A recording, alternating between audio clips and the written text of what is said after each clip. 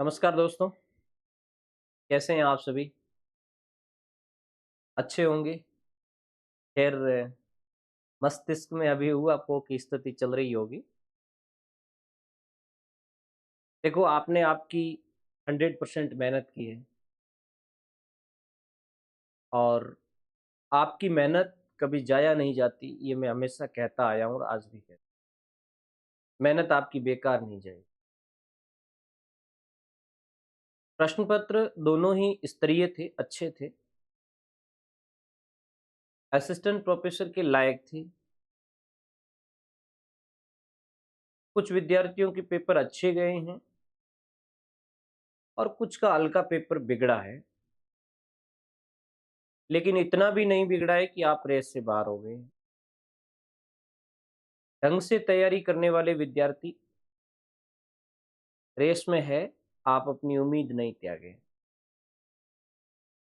आज प्रश्न पत्र प्रथम का सॉल्यूशन करेंगे। कल एग्जाम हुआ उसके बाद वैसे मुझे इतनी जल्दबाजी कभी नहीं रही है प्रश्न पत्र को मिलाने करने में।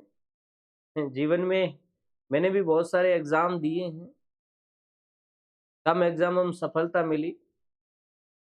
जो पेपर हो गया है उसके बाद उस पर पछताना नहीं चाहिए, इम्प्रूवमेंट की गुंजाइश करनी चाहिए। अभी अपॉर्चुनिटी अपने पास बहुत सारी है।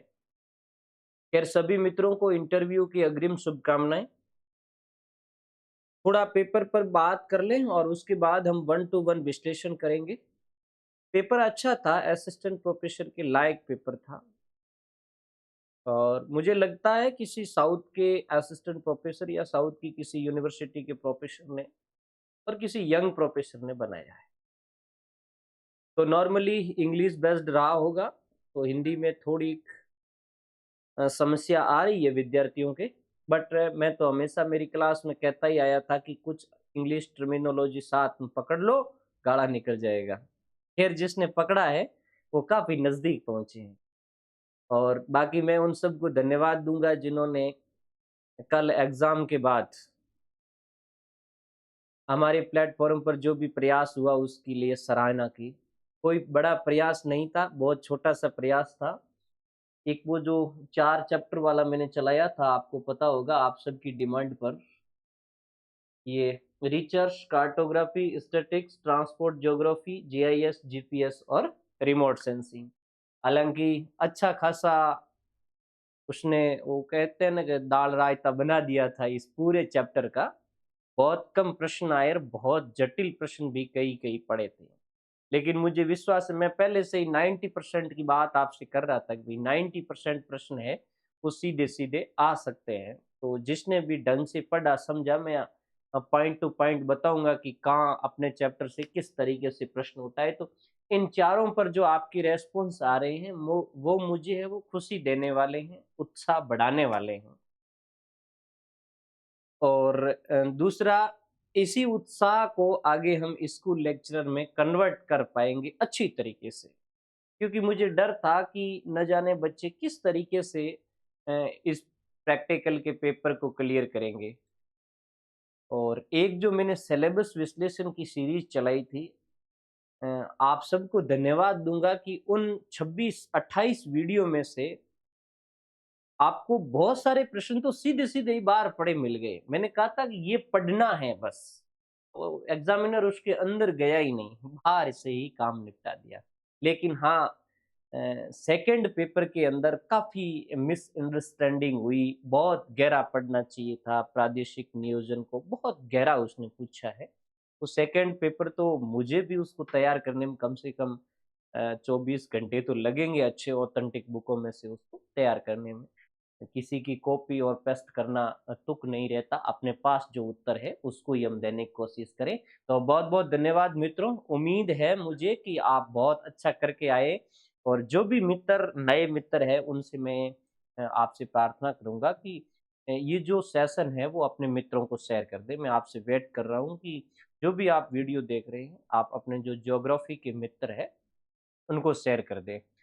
और दूसरा जो मैं आपको शुरू में ही बता रहा था कि अपना स्कूल लेक्चरर, क्योंकि आपने मुझे संबल प्रदान कर दिया है, इस 4 चैप्टर में मतलब यूं समझे कि 70 क्लासें ही तो दी है मैंने, 70 से 80 क्लासें वीडियो दी है, और 80 में से मैं दावे के साथ कहता हूं 80 वीडियो में से 45 प्रश्न आए हैं, 45%। थोड़ा रिसर्च ने गड़बड़ किया है, 2-3 प्रश्न ही वहां से पड़े हैं, 5-7 प्रश्न बाहर से आए हैं, बट बाकी वाला मैं आपको बताऊंगा अभी। 45 से लेकर के 50 के बीच में प्रश्न है वो अपने कैचमेंट एरिया के अंदर रहे हैं, और बिल्कुल सीधे सीधे रहे हैं। तो अपना जो स्कूल लेक्चरर का जो टारगेट है 500 प्लस सिलेक्शन का, उसमें भी अपना काम बहुत तेज गति से चल रहा है। अब जिन विद्यार्थियों की परीक्षा पूरी हो गई है, मेरी आपसे विनती है कि आप उसके अंदर थोड़ा मजबूती के साथ आगे बढ़ें। तो प्यारे विद्यार्थियों, हम सीधा बढ़ते हैं प्रश्न पत्र सॉल्यूशन की तरफ। बड़े आराम से अपन प्रश्न पत्र सॉल्यूशन करेंगे कि कहाँ हमें किस तरीके से कौन कौन से प्रश्न है, उसके कहाँ से उत्तर किस रूप में प्राप्त करने हैं। इन सब पर अपन अगले 1 घंटे तक डिस्कस करेंगे। लगभग 1 घंटे में मैं पूरा करने का प्रयास करूंगा। ओके। पहला प्रश्न, 90 ईस्ट कटक। आपको दिख रहा है ना, आराम से काफी मैंने जूम कर रखा है, तो थोड़ा सा इसको और बढ़ा देता हूँ। हाँ, 90 ईस्ट कटक, पूर्वी कटक कहाँ स्थित है? बहुत ही अच्छा प्रश्न है। ये मैंने एक वो सीरीज चलाई थी, आपको पता हो तो, मेगा ज्योग्राफी सीरीज। केवल मात्र 10 सीरीजें चलाई थी स्कूल लेक्चरर के लिए, मतलब 10 वीडियो डाले थे मैंने यूट्यूब पे, और उन 10 वीडियो में मैं बताऊंगा, 10 वीडियो में कम से कम 10 प्रश्न आए हैं, सीधे सीधे 10 प्रश्न आए हैं। 90 ईस्ट कटक हिंद महासागर में है, नो डाउट। आप ये तो वैसे नॉर्मल प्रश्न था। मैं बता दूंगा कि जो प्रश्न जिस विद्यार्थी के सही गया है, तब प्रश्न के बारे में बता दूंगा, ये प्रश्न सही किया मतलब आपने मार्जिन ले लिया है।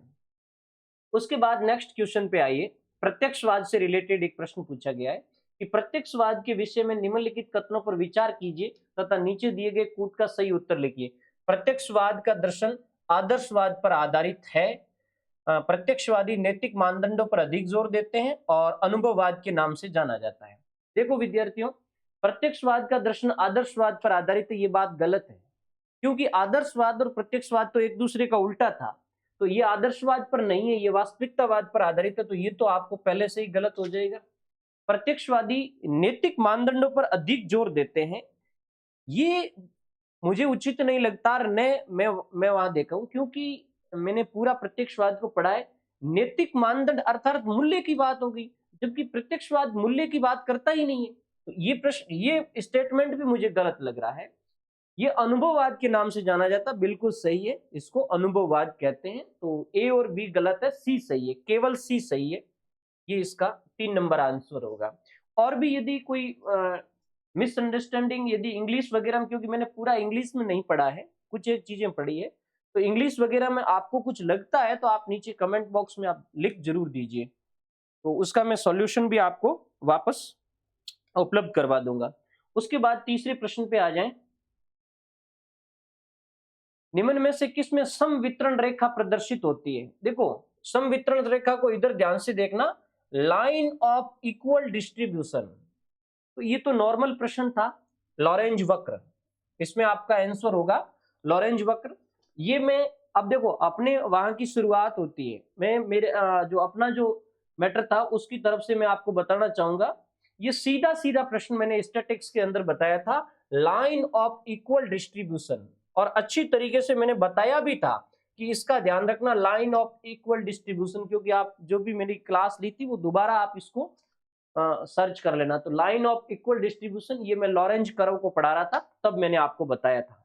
ओके, हाँ, तो ये हो गया लॉरेंज वक्र। उसके बाद अगला प्रश्न भी सीधा अपने कार्टोग्राफी वाले नोट्स में से आया है। लंब कोणीय प्रक्षेप में नेत्र स्थान की स्थिति होती है, नेत्र स्थान कहते हैं या प्रकाश स्रोत। वैसे ये प्रश्न ज्यादा गहरा नहीं है, इजी प्रश्न है ये। जरूरी नहीं है कि मेरे नोट्स के अंदर गहरा हो तो वहीं से आए। आपने यदि कहीं ढंग से पढ़ा है तो इसको पूछा जा सकता है, इसमें किया जा सकता है। इसमें अनंत से आएगा प्रकाश, प्रकाश बहुत दूर से आएगा, जैसा कि ये मैंने लंबकोणीय ध्रुवीय प्रक्षेप को बताया था, प्रत्येक को बताया था कि इसके अंदर प्रक्षेपण तल है, प्रक्षेपण तल तो रहेगा ध्रुव पर, और ये जो प्रकाश स्रोत है ये होता है प्रकाश स्रोत कहते हैं या नेत्र बिंदु। ये भी मैंने समझाया था प्रकाश स्रोत क्या होता है, ये देखो अनंत दूरी पर है। ओके, मुझे उम्मीद है कि आप बहुत अच्छा करके आए होंगे। उसके बाद में नेक्स्ट क्वेश्चन, निम्न में से यूनानी भूगोलवेता नहीं है, बहुत सिंपल सा क्वेश्चन है। टॉलमी, ये रोमन ज्योग्राफर है। 5 क्वेश्चन। उसके बाद छठे क्वेश्चन पे आ जाए। छठा क्वेश्चन, विद्युत चुंबकीय स्पेक्ट्रम के निम्नलिखित में से किस समूह का उपयोग अधिकांशतः पृथ्वी की सतह के मानचित्रण के लिए किया जाता है? तो किन का किया जाता है?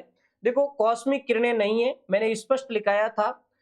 दृश्य तरंग है, रेडियो है और माइक्रोन है, ये आएगा। एक्स नहीं है। देखो, ये प्रश्न थोड़ा इजी कटता था, इसमें ज्यादा गहराई की जरूरत नहीं थी, क्योंकि इसमें कॉस्मिक किरणें नहीं आती है, एक्स भी नहीं आती है, गामा भी नहीं आती है। तो बिल्कुल सिंपली रूप से देखें तो बिल्कुल फैक्ट फैक्ट लिखा था मैंने विद्युत चुंबकीय स्पेक्ट्रम के अंदर। ये इधर मैंने प्रदेश लिखवाए थे, और ऊपर जो था गामा प्रदेश, उसके अंदर मैंने लिखा सुदूर संवेदन के लिए अनुपयोगी है। और उसके बाद में एक्स किरणें, ये भी सुदूर संवेदन के लिए अनुपयोगी है। पैराबैंगनी भी सुदूर संवेदन के लिए अनुपयोगी है। फिर दृश्य प्रकाश सुदूर संवेदन के लिए उपयोगी है। वेव है, ये सुदूर संवेदन के लिए उपयोगी है। तो सारी चीजें मैंने बताई थी कि कौन उपयोगी है और कौन अनुपयोगी है। तो ज्यादा गहरा भी नहीं था, ऐसा नहीं है कि किताब से ये नहीं पढ़ा जा सकता, बस पढ़ा जा सकता था।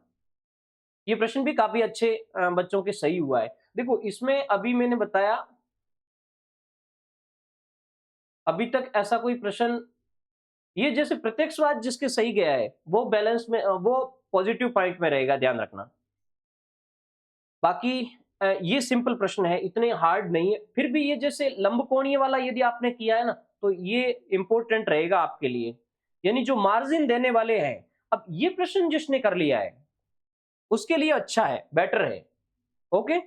उसके बाद देखो, जीपीएस उपग्रह द्वारा पृथ्वी के चारों ओर संपूर्ण परिक्रमा करने में लगभग कितना समय लगता है? 12 घंटे। बिल्कुल सीधा सीधा अपन ने इसका आंसर निकाला था। वैसे ये सिंपल प्रश्न था, इतना आप मैं नहीं कह सकता कि ये बड़े पैमाने का है। नॉर्मली वो एक जीपीएस की स्लाइड थी, वो पीछे रह गई, आगे मैं बता दूंगा जीपीएस के बारे में। उसके बाद नेक्स्ट क्वेश्चन, निम्न में से कौन सा सुमेलित नहीं है? डाउन्स न्यूजीलैंड नहीं है, डाउन्स ऑस्ट्रेलिया के अंदर है, बाकी पुस्ताज हंगरी में है, पंपाज अर्जेंटीना में, और स्टेपीज है वो यूरेशिया के अंदर है। 8वें प्रश्न में डाउन्स न्यूजीलैंड ये नहीं होगा, ये सिंपल प्रश्न है। उसके बाद उस तत्व को पहचानिए जो जलीय चक्कर का भाग नहीं है। तो वाष्पन है, संघनन है और वर्षण है।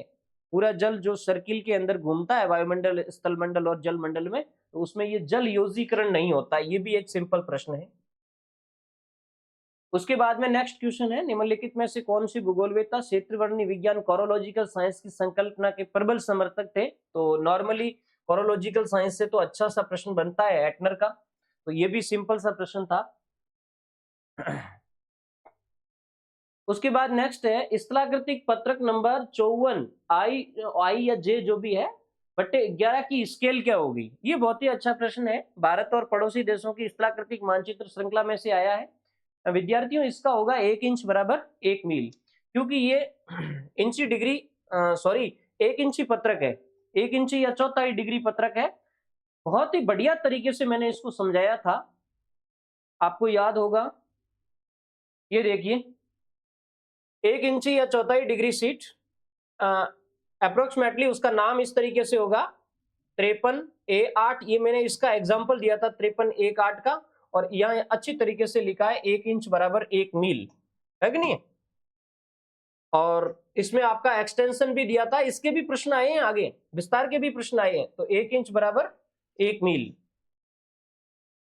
ये प्रश्न जिसके सही हुआ है वो एवरेज अच्छा गया है।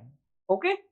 उसके बाद बायोडाइवर्सिटी के शब्द की बात कर लें तो बायोडाइवर्सिटी का शब्द था वो नॉर्मन मेयर्स ने दिया था। ये सिंपल प्रश्न था, इतना ज्यादा हार्ड नहीं है। एक बात मैं आपको क्लियर कर दूं, जो अपना फर्स्ट पेपर है वो इतना टफ तो नहीं है, नॉर्मली टफ है, सेकंड के बजाय फर्स्ट थोड़ा इजी है। तो नॉर्मन मेयर्स हो गया, उसके बाद में रोमचे ग्रंथ अच्छी तरीके से जानते हैं, अटलांटिक महासागर में है। रोमाचे ग्रंथ अटलांटिक हो गया। उसके बाद नेक्स्ट क्वेश्चन है स्टैटिक्स का है, जनसंख्या का आयु, लिंग और साक्षरता के अनुसार वितरण प्रदर्शित किया जाता है। ध्यान से सुनो विद्यार्थियों, ये सारणी में से आया था। ये बात भी मैंने उस समय बताई थी, आप मेरी वीडियो को ध्यान से देख लेना। सारणी के मैंने टाइप बताए थे, एक गुणी सारणी, द्विगुणी सारणी या सिंपल सारणी, द्विगुण सारणी, त्रिगुण सारणी और बहुगुण सारणी। ये मैंने उस समय आपको डिस्कस करवाया था। तो इसके अंदर मेरे हिसाब से त्रिगुणी सारणी बैठनी चाहिए, क्योंकि इसमें 3 गुण है, आयु, लिंग और साक्षरता एक साथ इंगित की गई है। अब देखो वो उस एग्जामिनर के व्यू पे जाता है कि वो इसको क्या मानता है। नॉर्मली बहुगुणी सारणी की तरफ भी उसका आइडिया जा सकता है, लेकिन जहां तक मैं समझता हूं मेरे हिसाब से त्रिगुणी सारणी होनी चाहिए। और मैंने उसमें नोट्स में भी आपको शायद ये करवाया है, अच्छी तरीके से करवाया है। ये देखिए, या मैंने बताए थे सारणियन के प्रकार, और इसमें द्विगुणी, त्रिगुणी और बहुगुणी बताया था। आगे इसका एक्सप्लेन भी किया था, हालांकि एक्सप्लेन मैंने इस वीडियो के अंदर बोल करके आपको करवाया था। द्विगुणी में क्या होता है, त्रिगुणी में क्या होता है, आप वहां जाकर के देख सकते हैं। ओके। उसके बाद नेक्स्ट, एजोर्स और स्पेन के बीच में बहने वाली उत्तर अटलांटिक ड्रिफ्ट, तो ये बहुत ही सिंपल है, कैनरी। इसमें थोड़ा क्या है, आपको कंफ्यूज किया है केयन जलधारा और कैनरी जलधारा में, तो ये कनारी जलधारा है, ये यहाँ सफिशिएंट बैठेगी। तो कनारी जलधारा जिसने भी सही किया है, ये सिंपल प्रश्न है। और यदि ऐसे प्रश्न किसी ने गलत किए हैं तो वो थोड़ा लॉस पैदा हुआ है उन बच्चों के लिए। उसके बाद में नेक्स्ट है ईमेल प्रश्नावली के नुकसान। ये रिसर्च में मेरे पहुंच से ही बाहर का प्रश्न था, इसलिए मैंने उन नोट्सों के अंदर आपको नहीं लिखवाया था। बेसिकली जहां तक मैं समझ पाया हूं इस प्रश्न को, थोड़ा मेरे लिए ये मैं डाउटेबल है, मैं करेक्ट नहीं कहूंगा। ईमेल प्रश्नावली के नुकसान है, नुकसान का मतलब डिसएडवांटेज है, डिसएडवांटेज कह सकते हैं या कमी कह सकते हैं उसकी। तो जैसे सरल प्रश्नों की आवश्यकता, कम प्रतिक्रिया दर, उत्तरदाताओं के पास जांच का अच्छा मौका, अभिगम्यता। यूं देखें तो ये मुझे चारों ही ऐसे लगते हैं कि ये इनके नुकसान है, या यूं कह सकते हैं ये इनकी कमी है। तो वैसे मेरे हिसाब से ABCD होना चाहिए, और फिर भी ये मैं प्रश्न मेरे हिसाब से डाउट में डाल देता हूँ। RPSC की जब आंसर की आए उस समय आप मान सकते हैं, या आपको कहीं मिले, क्योंकि मैंने इसके लिए ज्यादा खोजबीन नहीं की है। उसके बाद नेक्स्ट क्वेश्चन पे आ जाए। ये स्टैटिक्स का अच्छा, सॉरी, रिसर्च का अच्छा प्रश्न है। सूचित सहमति या इन्फॉर्म्ड कंसेंट सिद्धांत है वो एक शोधकर्ता के लिए किस स्थिति या कौन सी दशा के अंदर आवश्यक है। यानी रिसर्च के अंदर एक शोधकर्ता किसी व्यक्ति से सहमति कौन सी कंडीशंस में लेना जरूरी बनता है, तो ये आपकी सेकंड कंडीशन बनेगी, यदि अनुसंधान प्रतिभागियों को जोखिम में रखा जाता है। मेरे रिसर्च से या मेरे प्रश्न पूछने से आगे वाले को कोई जोखिम हो सकता है, ऐसी यदि संभावना है, तो वहां आपको सूचित सहमति की आवश्यकता पड़ती है। ये प्रश्न जिसके सही गया है थोड़ा बेनिफिट में है। उसके बाद में बायोस्फीयर, जैवमंडल की औसत मोटाई लगभग कितनी होती है। देखो विद्यार्थियों, इसको सीधा सीधा किसी ने नहीं लिखा है। रविंद्र सिंह 30 किलोमीटर लिखता है, जबकि कुछ ऑथर है वो 10 से 17 किलोमीटर के बीच में लिखते हैं। जबकि नॉर्मली अपन देखें तो कहीं पर एक लैंग्वेज मुझे मिली, खुल्लर की किसी किताब में मिली, कि भाई बायोस्फीयर का जो एरिया होता है वो शोभ सीमा तक होता है, इस तरीके से लिखा हुआ मिला। तो मैं नॉर्मली मेरे हिसाब से कह सकता हूं कि 20 किलोमीटर इसकी रेंज होगी, शोभ सीमा तक का एरिया हो सकता है। तो शोभ सीमा तक का एरिया हो सकता है, मतलब मैं रेंज मान सकता हूं 20 किलोमीटर। फिर भी अब देखो RPSC की आंसर की आए तो उसका एकदम क्लियरिफिकेशन हो सकता है। कि कुछ क्वेश्चन ऐसे होते हैं जिसमें ऑथेंटिक ऑथर भी अलग अलग देते हैं, तो अपन उसको क्लियर नहीं कर पाते हैं। जब विकिरण तरंगदैर्ध्य का मान वायुमंडलीय कणों के आकार के बराबर होता है तो कौन सा प्रकीर्णन है? ज्यादा हार्ड तो नहीं था, प्रकीर्णन को जिसने ढंग से पढ़ा है वो इस प्रश्न को कर सकता था। इसमें मी प्रकीर्णन होता है, मैंने बढ़िया ढंग से अपने नोट्स में बताया था।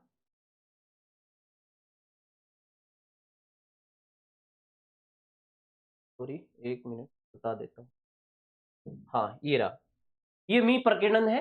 तरंगदैर्ध्य का मान कणों के आकार के बराबर हो, एकदम स्टेटमेंट में मैंने जहां जहां गोले किए थे मैंने कहा ये आपके लिए कंडीशंस बन सकती है प्रश्न की। ओके, उसके बाद नेक्स्ट क्वेश्चन पे आ जाएं। एक स्टेटमेंट दिया है बड़ा ही खतरनाक, नॉर्मली किताबों में मिलता ही नहीं है। सारी प्रगति पूछताछ से पैदा होती, रिसर्च से रिलेटेड है। संदेह अक्सर अति आत्मविश्वास से बेहतर होता है क्योंकि ये पूछताछ की ओर ले जाता है, पूछताछ आविष्कार की ओर ले जाती है। ये कथन है वो हडसन मैक्सिम का है। ये मैंने रिसर्च में बताया नहीं था क्योंकि नॉर्मली किताब के अंदर ये मिला ही नहीं था। आपको बड़ी किताबों में जैसे इसकी शर्मा और उनकी जो रिसर्च मेथोडोलॉजी आती है उसके अंदर आपको मिल जाएगा।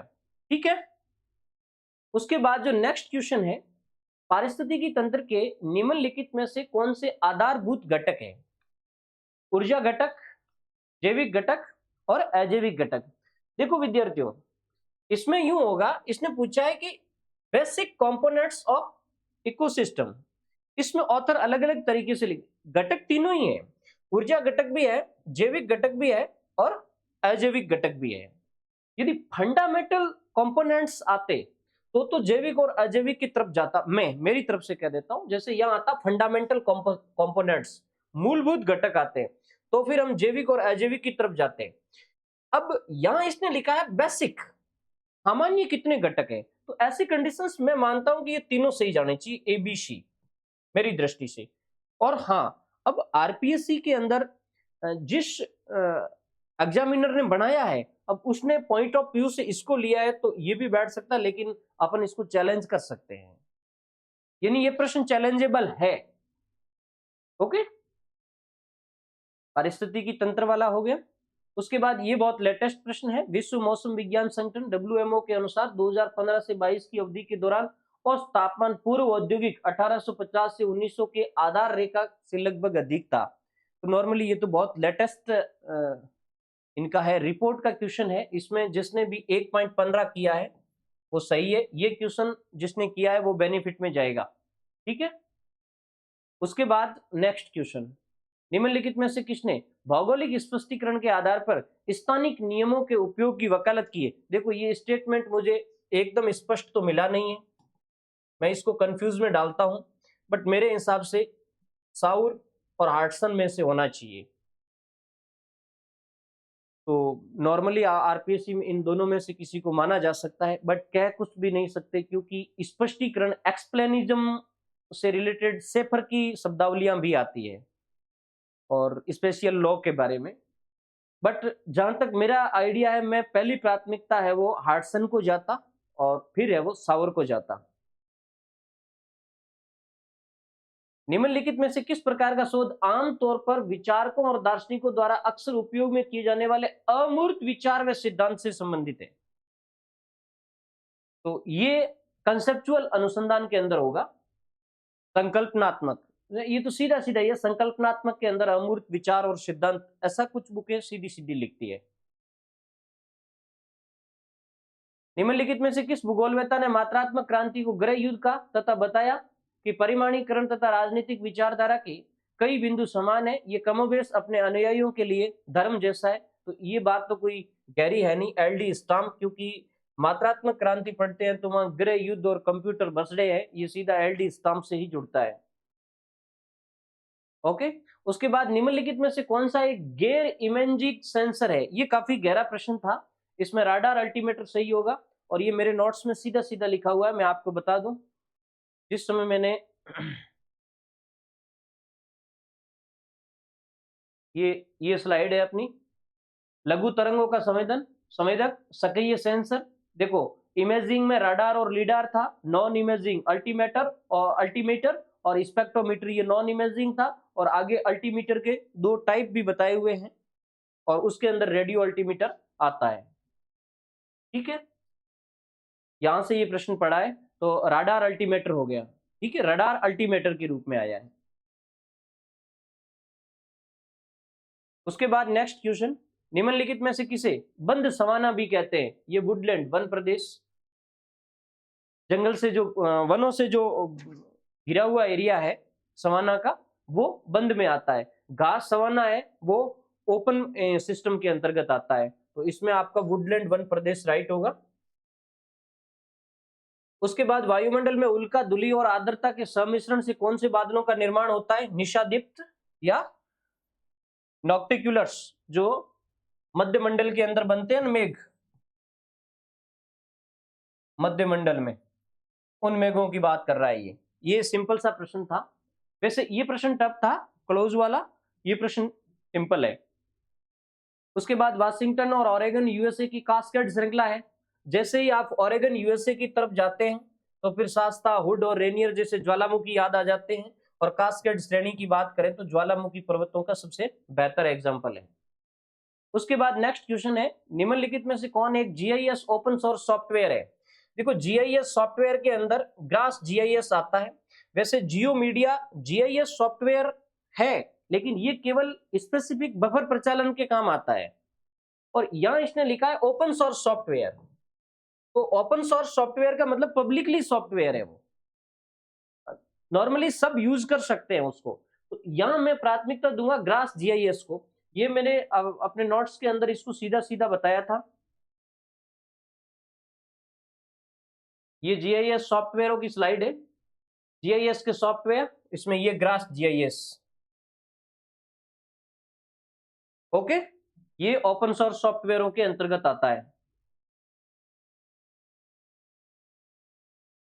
उसके बाद जीआईएस उपग्रह के द्वारा किस प्रकार के सिग्नल प्रसारित किए जाते हैं? ये बिल्कुल सिंपल सा प्रश्न है। जिसने भी जीपीएस सैटेलाइट, जिसने भी जीपीएस को पढ़ा है, रेडियो सिग्नल सही होगा। ये आपने कोई भी किताब पढ़ी है तो उसमें आपको मिल जाएगा। नॉर्मली अपने नोट्स के अंदर इसको सीधा सीधा लिखा हुआ था।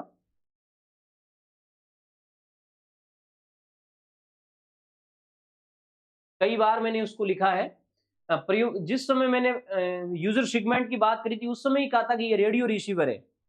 ओके, 3-4 बार इस स्लाइड मैंने प्रयोग किया और बताया भी था कि ये रेडियो प्रोसेसर है, एल बैंड होती है, वो रेडियो तरंगे ही होती है, रेडियो प्रोसेसर में काम करती है। यहां भी मैंने लिखा है कि 1 से 2 गीगाहर्ट्ज तक रेडियो स्पेक्ट्रम फ्रीक्वेंसी आती है। ओके, तो जिसने भी रेडियो सिग्नल किया है राइट होगा। सहभागी निरीक्षण की कमजोरी है, तो इसमें तुम्हारा आएगा वस्तुनिष्ठता की कमी। नॉर्मली ये मैंने मेरे आइडिया से निकाला है, अब आरपीएससी पता नहीं इसमें से और कोई पुश करके बाहर निकाल दे। Weakness of the participant observation, हाँ ठीक है, तो इसमें मुझे इंग्लिश के हिसाब से भी वस्तुनिष्ठता लगता है। उसके बाद है 7 बिट डिजिटलीकरण का तात्पर्य है। देखो आपने ग्रे मान पढ़ा होगा इसमें जियो स्पेशल टेक्निक्स में, वहां से ये प्रश्न आया है। तो 7 बिट का डिजिटलीकरण होगा 128 विविक्त स्तर, अर्थात ग्रे वैल्यू 128। ये मैंने अपनी स्लाइड के अंदर अच्छी तरीके से बताई थी। नॉर्मली यहां मैं आपको बता देता हूं, ये देखो, ये स्लाइड मैंने लिखी थी ग्रे मान, जितना बिट मान है उसकी 2 के साथ घात लगा दो। मैंने स्पष्ट लिखा था जितना बिट मान है उसकी 2 के साथ घात लगा दो। ये 7, 7 के साथ 2 की पावर लग गई 7 टाइम, और ये आ गया 128। ओके, तो ये प्रश्न यहां से सीधा सीधा पड़ा है। उसके बाद पिक्नोक्लाइन, पिक्नोक्लाइन ये सागरीय जल के घनत्व से रिलेटेड है। ये सिंपल प्रश्न था। देखो ये ऊपर वाला 128 जिसने किया है वो एक स्टैंडर्ड है, प्रश्न आपका माना जाएगा। पिक्नोक्लाइन ये सिंपल प्रश्न में आता है। उसके बाद निम्नलिखित को सुमेलित कीजिए तथा नीचे दिए गए कूट का इस्तेमाल कीजिए। तो ये तो बिल्कुल सीधा सीधा सा प्रश्न निकल रहा था। अटलांटिक की है 36 है, और मृत सागर की है 238, ग्रेट साल्ट लेक की 220 और लाल सागर की 31। नॉर्मली इसका हो जाएगा तुम्हारा 4-3-2-1, है ना, यही होगा 4-3-2-1। हाँ कुछ डेटा, हाँ अटलांटिक, अटलांटिक की 36 बनती है, मृत सागर की 238, 237 पॉइंट कुछ है मृत सागर की, साल्ट लेक की 220 हो गई, लाल सागर की 41 हो गई, तो इसका 4 3 2 1 वाला ये बनेगा। ओके। किसने डाल विकास की बहुल प्रक्रिया पॉलीप्रोसेस कंसेप्ट दिया? तो ये तो बाउलिंग का है, रविंद्र सिंह में मिल जाएगा। तो कुछ मुझे बच्चे कहते थे कि सर अपन ऑथेंटिक बुक पढ़ते हैं, सविंदर सिंह में से इतने ज्यादा प्रश्न नहीं आएंगे। ऐसा नहीं है। आप जियोमॉर्फो में, हाँ कुछ क्वेश्चन बाहर से हो सकते हैं, वो एक अलग चीज है, एक दो क्वेश्चन भले ही बाहर से आए, but environment study Savinder Singh से अच्छी आई है। इन्वायरमेंट का बहुत सारा प्रश्न आया सविंदर सिंह से, मैं बता दूंगा इन्वायरमेंट के जो जो प्रश्न कहाँ से पढ़े हैं। एच बॉलिंग हो गया। उसके बाद 36 पे आ जाए, 37 पे, निम्नलिखित में से कौन से तथ्य त्रिविम आरेखों के बारे में सही है? थ्री डायमेंशनल डायग्राम के बारे में, इसमें लंबाई चौड़ाई और ऊंचाई तीनों का विस्तार होगा, बिल्कुल सही है, तीनों का होगा। त्रिविम आरेखों में घन, गोले और ब्लॉक पाइल है, बिल्कुल है। इन्हें आयतन आरेख भी कहते हैं, बिल्कुल कहते हैं। तो ये, हाँ, इनके दिए हुए मूल्यों में बहुत कम अंतर होने की दशा बनाया जाता है, ये गलत है। जब मूल्यों में अंतर अधिक होगा उस समय थ्री डायमेंशनल डायग्राम यूजफुल होंगे। तो डी नहीं होगा, ए बी सी ये सही होगा आपका। ओके, ए बी और सी सही होगा। अब इसको थोड़ा मैं देखो, मैंने बिल्कुल सिंपल ही आपको बताया था। ये रहा, ये 2 स्लाइड है मेरे पास, त्रिविम आरेख। देखो, 3 आयामों का उपयोग, लंबाई चौड़ाई ऊंचाई। एक स्टेटमेंट क्लियर हुआ। इसमें आयतन अनुपात दिखाया जाता है, फिर इनको मैंने लिखा था, इनको आयतन आरेख कहते हैं। 2 स्टेटमेंट क्लियर। जब विभिन्न मूल्यों का अंतर बहुत अधिक होता है, स्टेटमेंट ये भी क्लियर हुआ। त्रिविम आरेख में कौन आएगा, या मैंने लिखा था गोली आएगा, ब्लॉक यानी घनारेख आएगा, सॉरी कब आरेख आएगा, और ब्लॉक पुंज ब्लॉक पाइल आरेख आएगा। इन दोनों स्टेटमेंटों, इन दोनों स्लाइडों के अंदर ये पूरा प्रश्न कंसेप्ट क्लियर हुआ है। ओके, उसके बाद नेक्स्ट आ जाए, चैपरेल क्या है? सविंदर सिंह में से सीधा सीधा लिखा है, ये तो हर इन्वायरमेंट की बुक में से मिल जाता है। कैलिफोर्निया में भूमध्य सागरीय बायोम की जो झाड़ियां होती है उसे चैपरेल कहते हैं। ओके, उसके बाद एजेंडा 21 को अंगीकार किया, तो ये तो रियो भू शिखर सम्मेलन की देन थी, सब जानते हैं। 1902 वाला, 1902। निम्नलिखित में से कौन भूमध्य सागरीय बायोम झाड़ियां अवस्थित सुमेलित नहीं है? ये विद्यार्थियों लोकल नाम आए हैं, है ना। तो कौन है वो भूमध्य सागरीय बायोम के लिए उपयुक्त नाम नहीं है? गैरिक दक्षिणी यूरोप के अंदर, बिल्कुल सही है। फिनबोस दक्षिण अफ्रीका में, बिल्कुल सही है। चैपरेल कैलिफोर्निया में, बिल्कुल सही है। मैली स्कर्ब मध्य अफ्रीका में, ये नहीं है, ये सही नहीं है। जहां तक मुझे पता है मैली स्क्रब है वो ऑस्ट्रेलिया के आसपास, ऑस्ट्रेलिया के अंदर मिल सकते हैं, ऑस्ट्रेलिया के किसी पार्ट्स के अंदर, बट ये आपका आंसर सही बैठ जाएगा, मैली स्क्रब मध्य एशिया के अंदर नहीं है। ओके, उसके बाद नेक्स्ट क्वेश्चन पे आ जाए। हाँ, ये प्रश्न बड़ा गजब का प्रश्न था, इसने थोड़ा मुझे भी हिलाया था, लेकिन आप मेरे दोनों नोट्स कंपैरिजन देखोगे, रास्टर फॉर्मेट और वेक्टर फॉर्मेट मैंने स्पष्ट लिखा है, अभी मैं बताऊंगा। निम्नलिखित में से कौन सा वेक्टर फाइल फॉर्मेट है? डीजीएन है, बीएमपी है, या जेपीईजी है, या पीएनजी है? विद्यार्थियों, बीएमपी, पीएनजी और जेपीईजी ये तीनों ही मैंने लिखाया था, ये रास्टर फॉर्मेट है। तो फिर ये पीछे बच गया, ये तुम्हारा है वेक्टर फॉर्मेट, है ना। इसको भी मैं आपको बता देता हूं, ये देखो, ये मैंने नोट्स में से उठाया था, ये रास्टर है, ये देखो लिखा हुआ रास्टर फाइल फॉर्मेट है। रास्टर में देखो, ये पड़ा पीएनजी, ये पड़ा बीएमपी, और ये पड़ा जेपीईजी, जेपीजी या जेपीईजी, ये नोट्स मैंने आपको प्रोवाइड भी करवाए हैं। अब ये तीनों चीजें निकल गई, मैंने वेक्टर भी लिखाया था, लेकिन वेक्टर के अंदर डीएनजी नहीं था, एसवीजी था, ऑटोकैड था, डीएक्सएफ था, सीडीआर था, बिटमैप था, डीडब्ल्यूजी था, पिट था, एरिटिन था, एसडब्ल्यूएफ था और टीजीएस था। बट ये प्रश्न आप यहां से निकाल सकते थे कि भाई ये तीनों रास्टर फॉर्मेट है, तो वो जाएगा वेक्टर के अंदर। यही एनालिटिकल एनालिटिकल स्टडी यही होती है। मैं कहता हूं कि किसी कोचिंग नोट्स के जरिए आप असिस्टेंट प्रोफेसर नहीं बन सकते, ये तो मैं हमेशा ही कहता हूं। जिन्होंने भी किताबें ढंग से पढ़ी है, एकदम एनालिटिकल स्टडी करी है, वो बंदा आगे गया है। ठीक है, आगे देखिए, किसी विशिष्ट समस्या के समाधान हेतु संचालित शोध।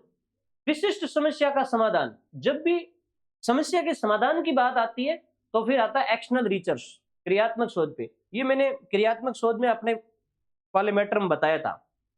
उसके बाद ये थोड़ा अच्छा प्रश्न है, हो ये भी अच्छा प्रश्न है और ये भी अच्छा प्रश्न है। ये प्रश्न जिसने किया वो मार्जिन में जाएगा। Mainspring of civilization, easy प्रश्न है, हंटिंगटन की पुस्तक है। उसके बाद में, यदि आंकड़ों के उच्चतम और न्यूनतम मान के बीच का अंतर बहुत बड़ा है, ये देखो ये प्रश्न तो बिल्कुल सिंपल ही उसमें आ गया। अभी मैंने बताया था कि यदि आंकड़ों के उच्चतम और न्यूनतम मान के बीच का अंतर बहुत बड़ा है तो कौन सा यूज करोगे, तो 3 डायमेंशनल यूज होता है उसमें। 3 डायमेंशनल में से कौन है इसमें, तो वे गोलीय है, तो गोलीय में जाएगा। ठीक है, गोलीय आरेख कहाँ इस्तेमाल होता है, ये मैंने कार्टोग्राफी में गोलीय आरेख में बताया था। भाई जैसे जनसंख्या वितरण, आपको इस्तेमाल जनसंख्या वितरण दर्शाना है मानचित्र विधि से, तो वहां जब आपने बिंदु विधि इस्तेमाल करी है तो बिंदु विधि के साथ तुम गोलीय विधि भी इस्तेमाल कर सकते हैं। और साथ ही साथ आप केवल जनसंख्या के आंकड़ों को, नगरों की जनसंख्या को गोलों के द्वारा दिखाते हो, तो एक छोटे नगर की जनसंख्या और बड़े नगर की जनसंख्या को बड़े अच्छे तरीके से दिखाया जा सकता है। ठीक है, तो इसका हो गया। ये प्रश्न जिसने भी किया है वो बेनिफिट में जाएगा। और ये तो मैंने वहां बताया ही था 3 डायमेंशनल डायग्राम के बारे में। नेक्स्ट, भूस्थितिक उपग्रह के संबंध में निम्नलिखित में से कौन सा कथन असत्य है। ये भूस्थितिक उपग्रह की बात कर रहा है, ये नोट्स के अंदर हूबहू लिखा हुआ है, अभी मैं बताऊंगा। देखो, ये उपग्रह विषुवत रेखा के ऊपर पृथ्वी का घूर्णन करते, बिल्कुल सही है। ये पृथ्वी के अक्ष पर घूर्णन की दिशा के अंदर करते विषुवत रेखा के ऊपर, बिल्कुल राइट है। ये उपग्रह 45 डिग्री नॉर्थ और 45 डिग्री साउथ, ये आपका गलत हो जाएगा।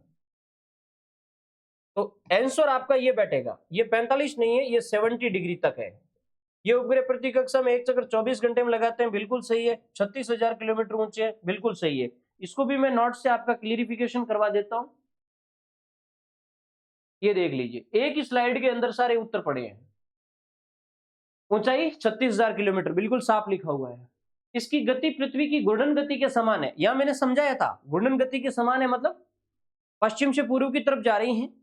तो ऐसी कंडीशंस के अंदर तुम्हारा जो उपग्रह होगा वो विषुवत रेखा के ऊपर रहेगा, ये मैंने बताया था आपको। और फिर देखो, इसका कवरेज 70 डिग्री नॉर्थ से 70 डिग्री साउथ तक होता है। ये प्रश्न यहीं से आया है और ये प्रश्न यहां से आपका है वो क्लियर हो गया। ओके, और बाकी ये देखो, एक चक्कर है वो 24 घंटे में पूरा करता है, ये स्टेटमेंट भी इसमें पड़ा है। ओके, उसके बाद में नेक्स्ट ये क्वेश्चन, गहरे अधिकेंद्रीय भूकंप का अभाव किसके सहारे पाए जाते हैं। देखो, ये थोड़ा सा प्रश्न इसको देखना हो, द अब्सेंस ऑफ डीप, यानी अनुपस्थित है। डीप फॉक्स, डीप फॉक्स का मतलब गहरे केंद्र, गहरे केंद्र वाले भूकंप अनुपस्थित है। कहां पे, कहां अनुपस्थित है, यानी कहां गहरे केंद्र वाले भूकंप नहीं है। तो नॉर्मली इसको मैं जहां तक समझ पाया हूं, गहरे केंद्र वाले या भूकंप कौन होते हैं, तो मैं इसको प्लूटोनिक से जोड़ करके देखता हूं। भाई जो 200 किलोमीटर से नीचे नीचे के जो भूकंप होते हैं वो प्लूटोनिक या गहरे भूकंप में आते हैं, डीप फॉक्स के अंतर्गत आते हैं, 200 से 700 के बीच वाले। और ऐसे भूकंपों की, जैसे कुछ ऑथर लिखते हैं कि ऐसे भूकंपों की उत्पत्ति के पीछे विवर्तनिक क्रियाओं का हाथ नहीं होता है, वो अंदर कोई केमिकल्स प्रोसेस के जरिए चट्टानों के वो उत्पन्न होते हैं। और ऐसे दुनिया में भूकंप बहुत कम देखे जाते हैं। तो मैं यहाँ ये मानता हूं कि इन तीनों के सारे ये नहीं मिलेंगे। है थोड़ा डाउटेबल है, आप अपनी दृष्टि से इसको देख लीजिए, लेकिन मैं समझता हूं कि ये तीनों के सारे ही नहीं मिलेंगे, क्योंकि अभिसारी, अपसारी और ट्रांसफॉर्म, इन तीनों के सारे अक्सर भूकंप आते हैं। और अभिसारी के सारे तो बड़े पैमाने पर आते हैं। और जो गहरे भूकंप होते हैं वो संसार में बहुत कम देखे जाते हैं। तो जहां तक मैं समझता हूं, यहाँ ये जो अभिसारी, अपसारी और ट्रांसफॉर्म होते हैं, यहाँ से सामान्य भूकंप आते हैं। और हो सकता है कहीं दुनिया के और स्थान है वहां से गहरे भूकंप आते हैं, तो ये तीनों ही नहीं जाएंगे। बट अपसारी और ट्रांसफॉर्म, ये दोनों तो क्लियर है, इनके सारे तो नहीं आएंगे। बट मेरी प्राथमिकता इन तीनों को रहेगी। उसके बाद में नेक्स्ट, आइसोगोनिक मैप। जिस समय मैंने मैप एनालिसिस करवाया था उस समय बताया था, आइसोगोनिक मैप है, ये चुंबकीय झुकाव को बताता है, मैग्नेटिक डीप को बताता है। ये मैंने एक स्लाइड के अंदर मैं आपको बताऊं, ये देखो, यहां मैंने समझाया था, ये देखिए, ये आइसोगोनिक मैप लिखा था, समदिक्पाती मानचित्र, और फिर मैंने यहाँ आपको समझाया है, लिखा है पूरा नोट्स के रूप में भी लिखा है, क्योंकि मैंने सारे नोट्स पैनल पीडीएफ पे लिखे नहीं थे, क्योंकि अपन को जल्दी में उनको क्लासों को पूरा करना था। तो यहाँ मैंने लिखाया है कि इन समदिक्पाती मैप के अंदर क्या दिखाया जाता है। तो ये प्रश्न आपका यहाँ से, ये प्रश्न जिसका हुआ है वो अच्छा है। उसके बाद कार्ल पियर्सन सहसंबंध गुणांक की मान्यताएं हैं। देखो मैं इसको थोड़ा सा कंफ्यूजन में लेता हूं, एकदम क्लियर तो नहीं कहता हूं। यदि अपन कॉरिलेशन की बात करते हैं तो वहां ये नॉमिलिटी भी आती है, कारण परिणाम संबंध भी आता है, रे की प्रकृति भी आती है। लेकिन स्पेसिफिक कार्ल पियर्सन के संदर्भ में ये तीनों है कि नहीं है, तो मुझे किसी स्टैंडर्ड किताब में से मिला नहीं। जहां तक मैं पहली प्राथमिकता देता हूं, इन तीनों को मानता हूं। बाकी जैसे कार्ल पियर्सन के संदर्भ में कुछ बातें मैंने लिखी भी थी।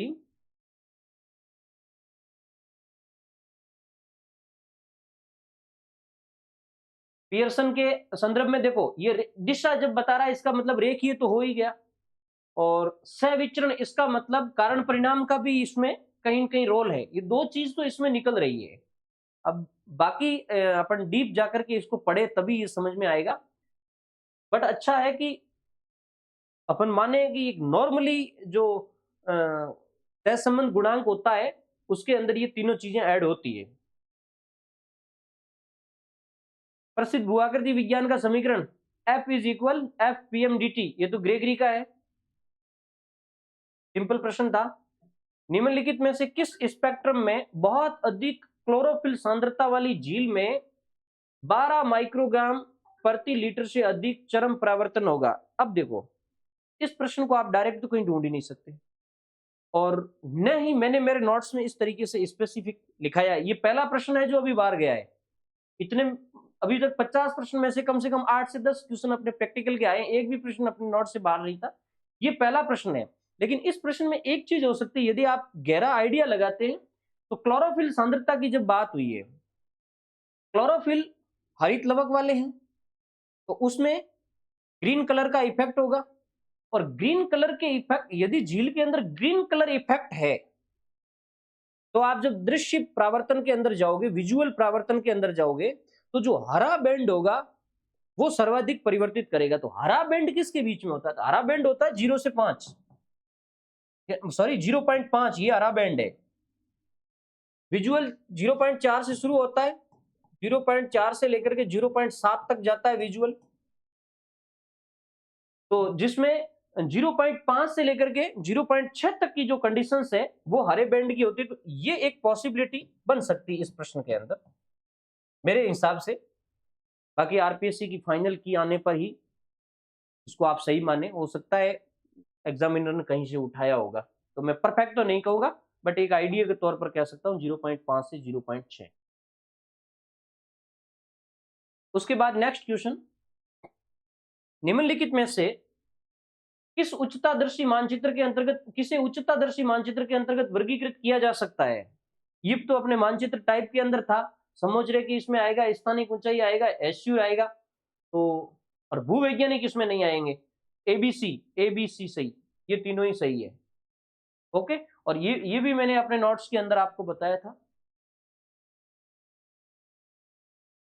यहाँ उच्चतादर्शी मानचित्र के ऊपर गोला करके, और मैंने बताया था कि इसमें क्या क्या चीजें इंक्लूड है। ओके,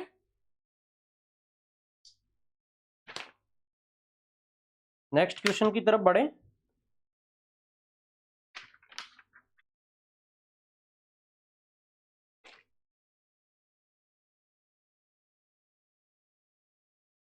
अधिकांश सतही महासागरीय धाराओं की गति होती है, तो इसमें 5 नॉट से कम आएगा आपका आंसर। 5 नॉट लिखा आता है एनसीईआरटी वगैरह में, 5 नॉट लिखा है, 5 नॉट से कम है तो यही बैठेगा, क्योंकि बाकी वालों में आंसर बैठ नहीं रहा है।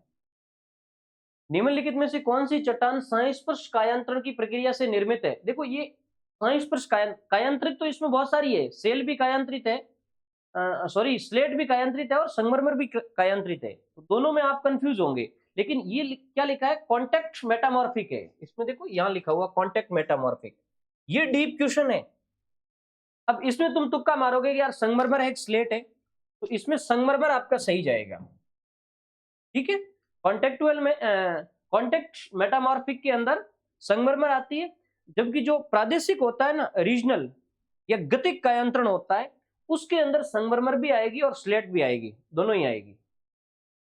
उसके बाद भ्रंश तल और क्षैतिज तल के बीच में बनने वाला कौन, तो ये तो सिंपल है, भ्रंश डीप, फॉल्ट डीप बनेगा। मानसून की उत्पत्ति की तापीय संकल्पना किसके द्वारा प्रतिपादित की गई, ये 1686 के अंदर हेली के द्वारा प्रतिपादित की गई थी। ओके, तो हेली आ जाएगा 1686 का। अच्छा लग रहा है विद्यार्थियों? अभी तक तो मुझे ऐसा नहीं लग रहा है कि जो प्रश्न पत्र है वो 80% 70% टफ है, ऐसा तो नहीं है। 30% टफ प्रश्न अभी, प्रश्न पत्र अभी है, लेकिन अभी कुछ टफ प्रश्न और आने हैं। फिर मैं बीच में कह रहा हूं कि आपसे मैं ये निवेदन कर रहा हूं कि आप अपने मैक्सिमम मित्रों तक इस क्लास को पहुंचा दीजिए, और साथ ही साथ जो भी मित्र देख रहे हैं अभी तक अपने प्लेटफॉर्म से नहीं जुड़े हैं, तो आज आप जुड़ जाइए, क्योंकि हमें ये यात्रा बहुत लंबी तय करनी है। और हमारे प्लेटफॉर्म एन के ज्योग्राफी पॉइंट के टेलीग्राम चैनल भी है, एन के ज्योग्राफी पॉइंट के नाम से, और व्हाट्सएप भी है। तो मैंने जो शुरुआत के अंदर आपको बताया था स्टिकर पैम्पलेट, उसके जरिए आप सारे प्लेटफॉर्म से जुड़ सकते हैं, क्योंकि आगे स्कूल लेक्चरर, नेट जेआरएफ और पीएचडी के लिए हम बहुत अच्छा प्रयास करने वाले हैं। और आप एक बार एन के ज्योग्राफी पॉइंट एप्लीकेशन है, डिस्क्रिप्शन बॉक्स में नीचे उसका लिंक दे दूंगा मैं, एन के ज्योग्राफी पॉइंट,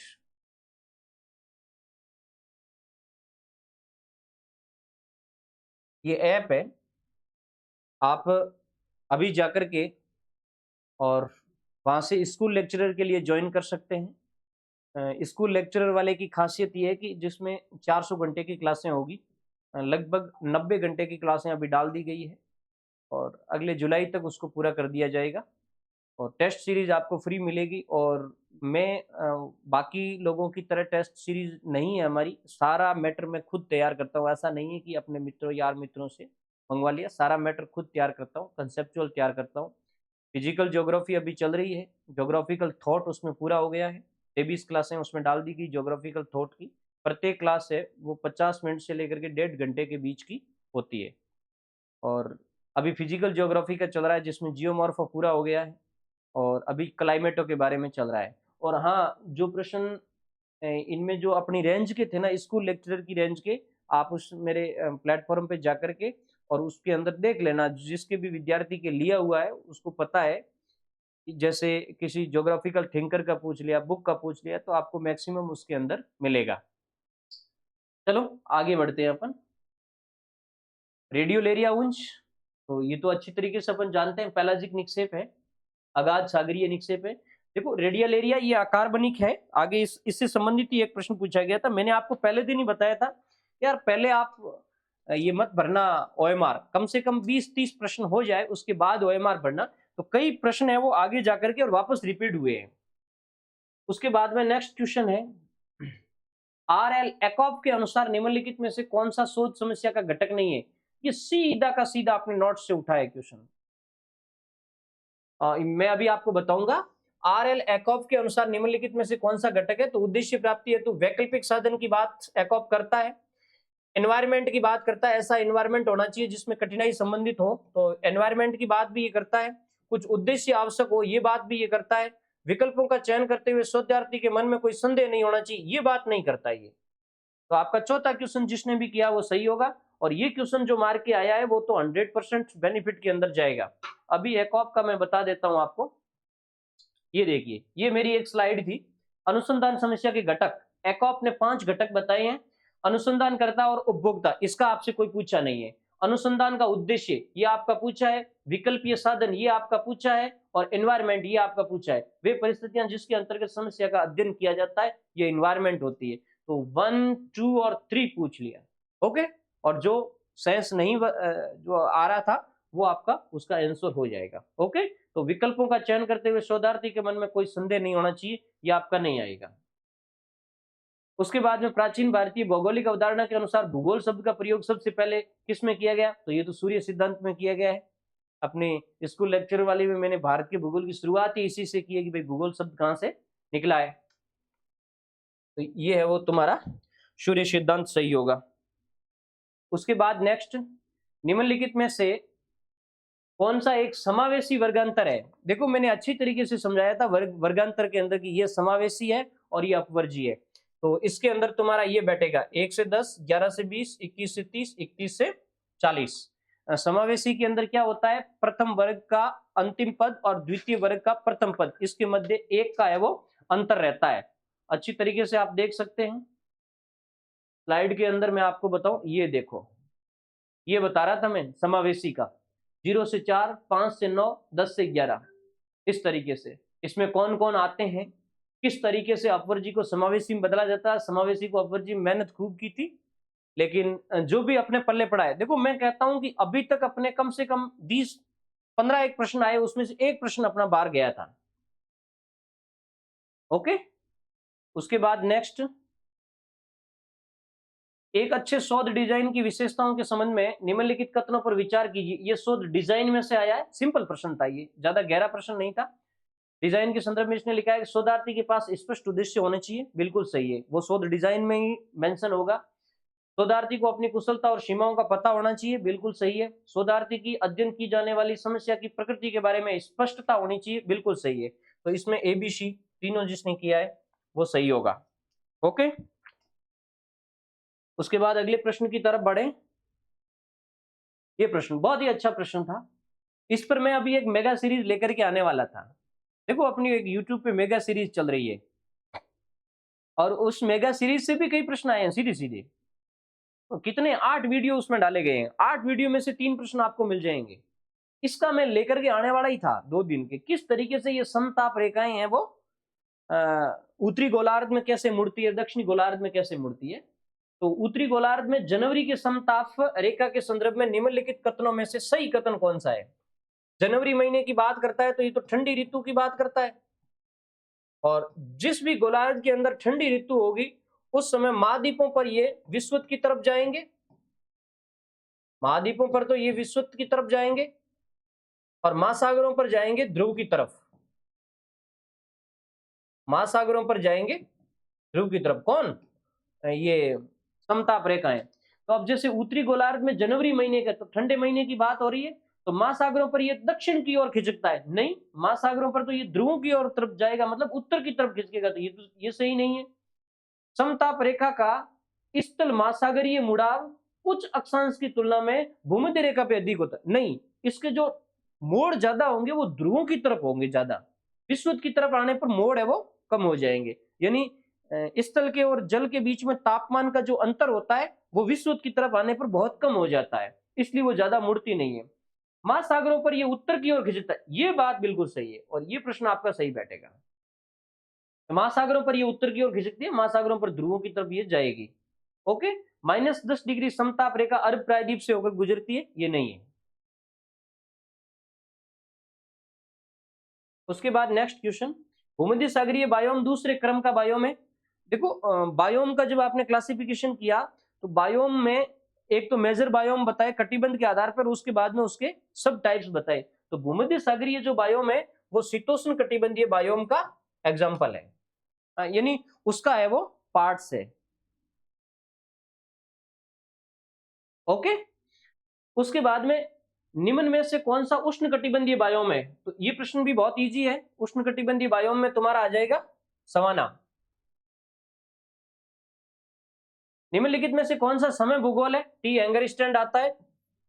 मैंने तो सिलेबस विश्लेषण के अंदर, मैं भूल ही गया सिलेबस विश्लेषण में से कौन कौन सी चीजें सीधी आई है, हालांकि मैं उसके लिए एक शॉर्ट वीडियो बना दूंगा कि मैंने जो 26 क्लासें ली थी आपकी, वैसे सेकंड पेपर में उसने बहुत ज्यादा हेल्प की आपके लिए। तो ये तो मैंने सीधा सीधा बताया था, मैंने कहा हैंगर स्टैंड और समय भूगोल याद कर लेना। उसके बाद नेक्स्ट, निम्नलिखित में से कौन सा सूचनाओं और आंकड़ों का द्वितीयक स्रोत नहीं है? सेकेंडरी सोर्स कौन नहीं है? गजेटियर है, बिल्कुल सही है। मानचित्रावली है, जनगणना पुस्तकें हैं, संगोष्ठी नहीं है। ये अपने नोट्स के अंदर सीधा सीधा था सोर्स के रूप में। उसके बाद नेक्स्ट देखो, रंगारेख कोरोक्रोमेटिक मानचित्र के संबंध में निम्नलिखित कथनों पर विचार कीजिए और नीचे दिए गए कूट से सही उत्तर का चयन कीजिए। ये बात किसकी कर रहा है? कोरोक्रोमेटिक की कर रहा है। इसमें इसने एक गड़बड़ किया इंग्लिश और हिंदी वर्जन के अंदर, आपको पता हो तो। और बाद में जब बच्चे आंसर की देखते हैं उस समय पता चलता है कि यार ये गड़बड़ हो गया। मैंने कई बार कहा था कि साथ में थोड़ी थोड़ी अपनी नजरें हैं वो घुमा लेना इंग्लिश की तरफ। देखो, कोरोक्रोमेटिक में सामान्य साया मानचित्र रंगारेख मानचित्र का एक प्रकार है, बिल्कुल सही है। तो सिंपल शैडो मैप होता है ना, कई कई लोग कहते हैं कि नहीं वो तो सामान्य साया तो अलग है, रंगारेख में कैसे आएगा? जो सिंपल शैडो मैप होता है उसमें ब्लैक कलर भरा जाता है, मतलब ब्लैक कलर की साया दी जाती है, तो ऑलरेडी वो तो रंगारेखी हो गया। एक ही कलर यूज हुआ है, कौन सा? काला है, तो रंगारेखी। तो ये प्रश्न भी सही है। यहाँ इसने क्या किया है कि ये गुण प्रधान मानचित्र है, यहाँ तो लिखा है, और यहाँ लिखा है क्वांटिटेटिव मैप। तो क्वांटिटेटिव तो मात्रात्मक है। अब आपका जाएगा इंग्लिश वर्जन सही जाएगा, हिंदी वर्जन सही नहीं जाएगा, तो ये गलत हो जाएगा। रंगारेख मानचित्र में एक ही रंग की कई साया का प्रयोग किया, बिल्कुल सही है। एक ही रंग की, देखो रंगारेख में 3 टाइप से कलर भरे जाते हैं। एक तो डिफरेंट डिफरेंट कलर, एक होता है इंटरनेशनल जो कलर भरे जाते हैं वो, और एक ही कलर भर दिया जाता है जिसमें कहीं गहरा कर दिया जाता है, कहीं हल्का कर दिया जाता है। तो ये ए और सी इसमें सही आएगा आपका, ये ए और सी सही है। ओके, अब इसको थोड़ा सा मैं अपने वाले नोट्स के अंदर बता दूं, बिल्कुल सिंपल ही मैंने इसको क्लियर किया है। ये देखो, रंगारेखी मानचित्र में 3 तरह के मानचित्र है। सामान्य रंगक, इसमें अलग अलग रंग भरे जाते हैं। अंतरराष्ट्रीय में ये जो संस्कृत है ना, ये देखो एक ही रंग की अलग अलग साया यूज होती है। और इसके बाद में मैंने उसके अंदर बताया था सामान्य साया के अंदर कि ये इसमें एक ही ब्लैक कलर यूज होता है, तो ये भी रंगारेख के समान होता है। ये प्रश्न अपने नोट से थोड़ा बाहर गया है, एक एक चीज बाहर गई है। माध्य का निर्धारण की रेखा चित्रीय यानी ग्राफिकल विधि कौन सी है? तो मैंने औजाई और संचयी के बारे में तो बताया था, गोल्टन भी इसके अंतर्गत आता है। कि गोल्टन पहले मेंशन नहीं हुआ था, मुझे किसी किताब के अंदर सही ढंग से मिला नहीं था। इस क्वेश्चन में ये गाल्टन बाहर गया है, इसमें एबीसी तीनों सही है। उसके बाद में देखो ये प्रश्न, एरविन रॉयज की क्लाइमेटोग्राफ में गोलाकार रेखाओं का उपयोग दिखाने के लिए किया जाता है। विद्यार्थियों थोड़ा गौर से देखना हो, ये क्या कह रहा है? कई बच्चे मुझे सुबह के बाद 3 बच्चों ने मुझे भेज दिया, क्योंकि मैंने पढ़ाया उसी ने मुझे भेजा है। ये कह रहा है कि इरविन राइज के क्लाइमेटोग्राफ में गोलाकार रेखाओं का उपयोग दिखाने के लिए होता है। ओनली ऑन जो सर्कुलर लाइंस होती है वो क्या दिखाती है? उसमें 2 चीजें यूज होती है, एक तो बार दंड यूज होता है और एक होता है जो वक्रिक लाइन यूज होती है। तो इसमें केवल और केवल औसत मासिक तापमान दिखाया जाएगा इन रेखाओं के द्वारा, जबकि क्लाइमेटोग्राफ के अंदर तो तापमान और वर्षा दोनों ही दिखाई जाती है, लेकिन वर्षा दिखाई जाएगी बार के द्वारा, बार मतलब दंड के द्वारा। जबकि ये पूछ क्या रहा है, क्लाइमेटोग्राफ में गोलाकार रेखाओं का उपयोग किसके लिए होता है? तो केवल औसत मासिक तापमान के लिए होता है। ये हालांकि मैंने दिखाया था, मैं आपको बता देता हूं मैं पूरा। ये देखो, ये इस स्लाइड के अंदर मैंने, ये क्लाइमेटोग्राफ है। वैसे इसको सबसे पहले मंस ने बनाया था, ये भी मैंने लिखाया था। फिर मैंने कहा इरविन ने भी इसके बारे में स्टडी की, इरविन ने इसको स्पोक डायग्राम का और आरेख का था। फिर मैंने अगली स्लाइड के अंदर देखो साफ बताया है कि वक्र रेखाओं के सारे तो दिखेगा औसत मासिक तापमान, और दंड के सारे यानी पट्टिका द्वारा प्रदर्शन होगा औसत मासिक वर्षा का। समझ गए? तो यहां मेरी दृष्टि से औसत मासिक तापमान ही आपका राइट बैठेगा। अब भगवान जाने आरपीएससी में जिस समय एग्जामिनर के दिमाग में क्या घूम रहा था, बट मेरे हिसाब से केवल औसत मासिक तापमान राइट बैठेगा। किसने उद्दित किया कि मनुष्य चलते चलते स्वयं के साथ दुनिया को भी बदल रहा है? ये तो आयशा बोमेन का स्टेटमेंट है, कथन है। मैं कई बार कहता हूं ना, पढ़ाते पढ़ाते बच्चे कभी कभार मजाक में हंसते हैं, स्टेटमेंट सर आ गए। स्टेटमेंट का मतलब, स्टेटमेंट सर आ गए, स्टेटमेंट का मतलब होता है कथन। ये तो आयशा बोमेन का कथन है। ओके, एस्कर एक भू आकृतिक लक्षण है जिसका विकास होता है। एस्कर हिमानी जलीय निक्षेप है। हिमानी जलीय निक्षेप मैंने स्कूल लेक्चर में अभी अभी उसको कंप्लीट करवाया है, अच्छा पढ़ाया है। उसके बाद में पॉलीकॉनिक प्रक्षेप किसके द्वारा डिजाइन किया गया, तो ये है आपका फर्डिनेंड हसलर। ये नहीं कर पाया मैं आपको, क्योंकि ये सिंपली किताबों के अंदर मिलता नहीं है, बट कुछ स्टैंडर्ड किताबों के अंदर आपको जरूर मिल जाएगा, नॉर्मल किताबों में नहीं मिलेगा। इसमें जिसने भी फर्डिनेंड हसलर किया है वो राइट है। ओके। उसके बाद प्रति घंटा औसत गति। देखो, वाहनों की गति के संबंध में यदि कोई सेंट्रल टेंडेंसी ज्ञात करनी है तो वहां कौन सा है वो माध्य काम आएगा, तो वहां आपका आएगा हरात्मक माध्य काम आएगा। हाँ, हरात्मक माध्य, इसको मैंने सिंपली उसमें लिया भी है अपने नोट्स में, हालांकि ज्यादा गहरा तो नहीं बताया था, बट एक लाइन मैंने लिखवाई थी, अभी मैं आपको बता देता हूँ। प्रति घंटा औसत गति की गणना के लिए केंद्रीय प्रवृत्ति का कौन सा माप है, हरात्मक माप इसमें सही होगा। कि देखो, मैं एक स्टेटमेंट समझा रहा था, मैंने स्टेटमेंटों का पीछा नहीं छोड़ा था लास्ट तक।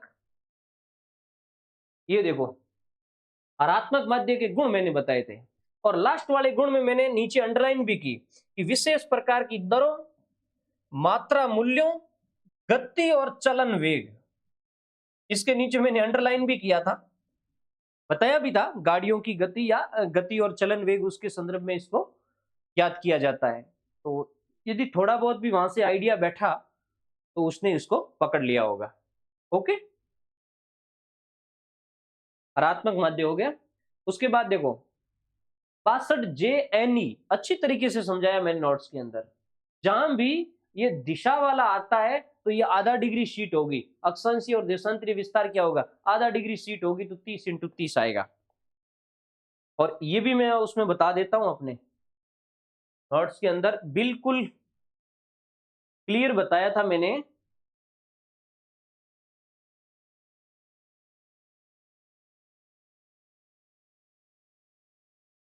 ये रहा आधा इंची या आधा डिग्री सीट, ये देखो 53, ये मिलियन सीट का हो गया, ये हो गया डिग्री सीट का, और ये है आधा डिग्री सीट का सिंबल।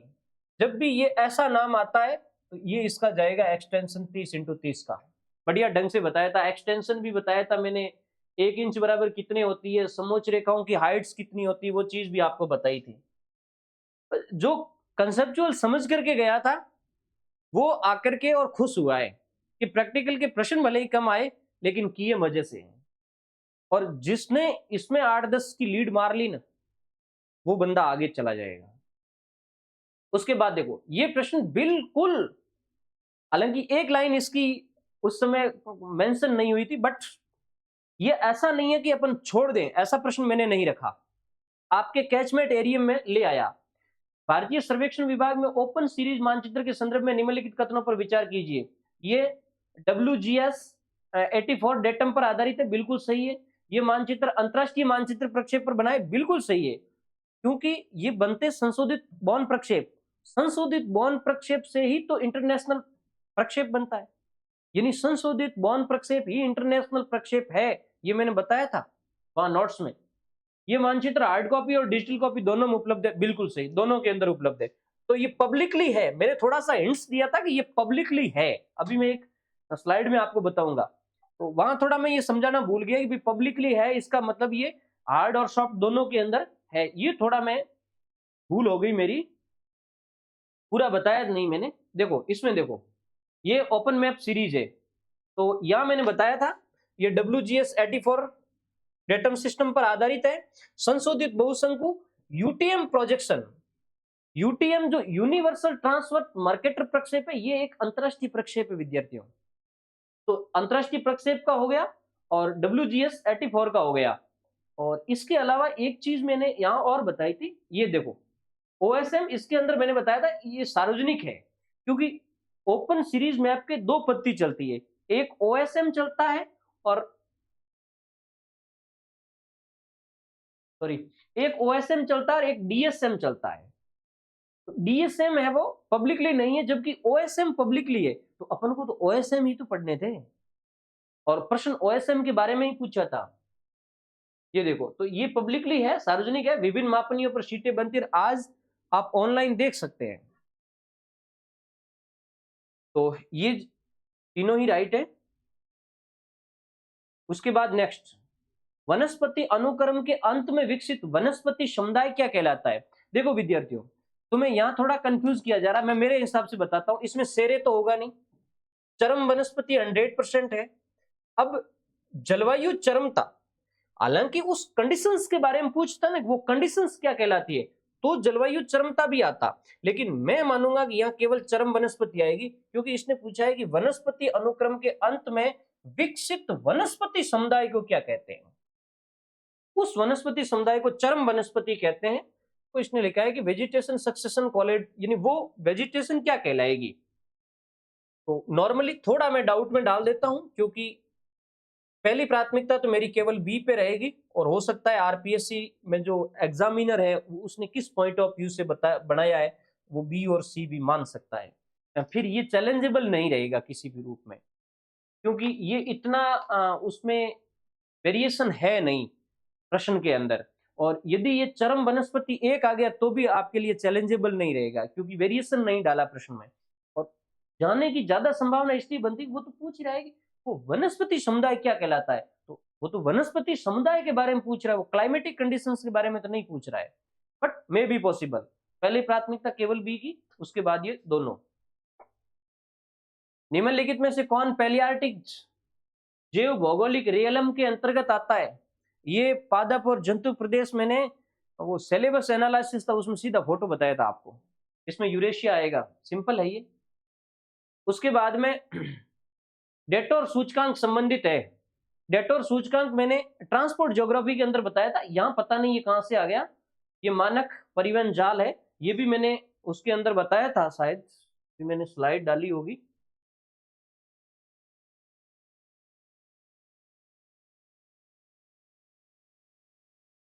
डेटोर की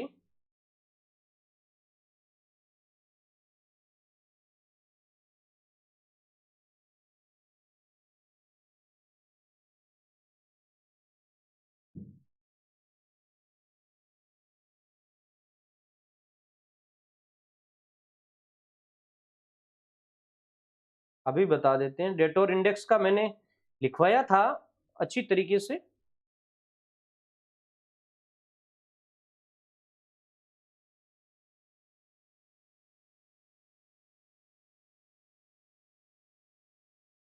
हाँ ये रहा।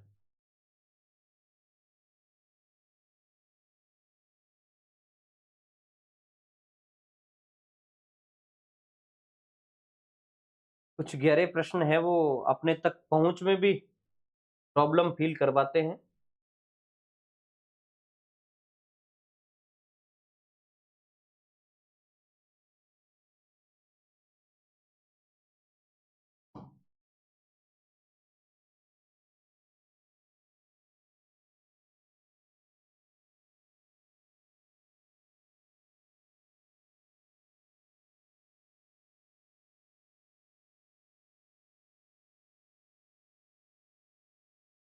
तो ये सेव नहीं हुए हैं, उस वजह से थोड़ा डिस्टरबेंस पैदा कर रहे हैं।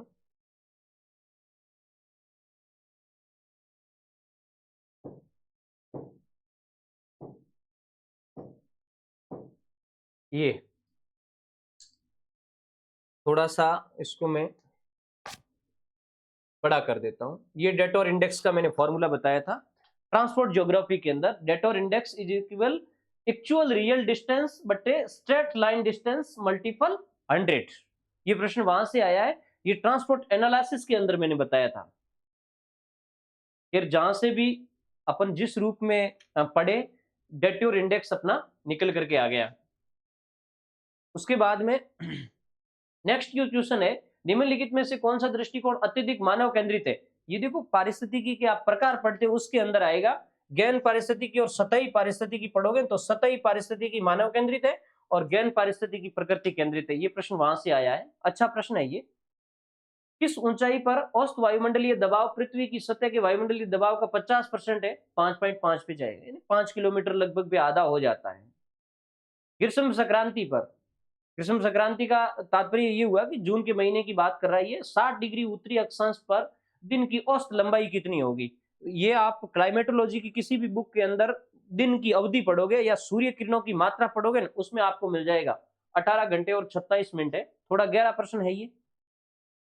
उसके बाद नेक्स्ट, निम्नलिखित प्रकार के मानचित्रों पर विचार कीजिए और नीचे दिए गए कूट, देखो वो वृद्ध मापनी के मानचित्र है, उनका सीक्वेंस बिठाना है कि कौन सबसे बड़ा है और कौन उससे छोटा है। तो इसका सीक्वेंस है अपना, सीधा सीधा वहां मैंने बताया हुआ है, उस सीक्वेंस में से ही वहीं से प्रश्न क्लियर आपका हो सकता है। देखो सबसे बड़ा है भू संपत्ति मानचित्र, डी सबसे पहले आएगा, उसके बाद में स्थलाकृतिक मानचित्र, डी के बाद में ए आएगा, डी उसके बाद में ए आएगा, फिर तुम्हारा दीवारी मानचित्र और फिर तुम्हारा एटलस।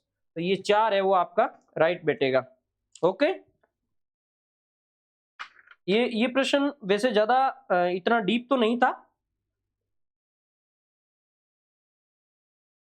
दिमाग का खेल था यहाँ। किसे कहाँ क्या और कैसे मिलता है, ये कल्याणकारी भूगोल है, डीएम स्मिथ, ये मैंने सिलेबस एनालिसिस के अंदर सीधा सीधा लिखाया था इसके फॉर्मूले सहित। ये प्रश्न मतलब इन्वायरमेंट से इधर घुस गए। बाकी इस बार थोड़ा इन्होंने प्रश्न पत्र बनाते समय गड़बड़ किया है, प्रश्नों का जो बैलेंस था ना अलग अलग यूनिट वाइज वो सही नहीं रखा है। उसके बाद में चरों का नाम मात्र नॉमिनल का संबंध, ये थोड़ा मुझे डाउटेबल है और नहीं मैंने मेरे उसमें करवाया था रिसर्च वाले में। नॉर्मली मुझे गामा पे डाउट है, ये 2 हो सकते हैं मे बी पॉसिबल, लेकिन मैं ये नहीं कहूंगा कि ये एकदम क्लियर है। या आरपीएससी का आने के बाद या आप अपना कर्म ढूंढ ले, सॉरी कौन है ये ढूंढ ले। उसके बाद में विषम मंडल, ये आयन मंडल की उन परतों की बात कर रहा है कि विषम मंडल में निम्नलिखित परतों में से उनकी ऊंचाई में बढ़ते क्रम में बताना है। बढ़ते क्रम में बताने का तात्पर्य ये विद्यार्थियों कि सबसे नीचे वाली परत को पहले क्रम में बताना है और उसके बाद में ऊपर वाली परत को बाद में बताना है, सबसे लास्ट वाली को। तो सबसे नीचे कौन सी है, आणविक नाइट्रोजन है, आणविक नाइट्रोजन के बाद में आणविक ऑक्सीजन आती है, फिर हीलियम आती है और फिर है वो तुम्हारी आणविक हाइड्रोजन आती है। तो ये बीडीसी आपका सही होगा ये आंसर। ओके, उसके बाद में नेक्स्ट क्वेश्चन है, नाजका प्लेट स्थित है, तो बिल्कुल सिंपल है, दक्षिण अमेरिका और प्रशांत प्लेट के बीच में स्थित है। उसके बाद में मिनीमाता रोग है, ये पारे की वजह से होता है, ये भी सिंपल प्रश्न है।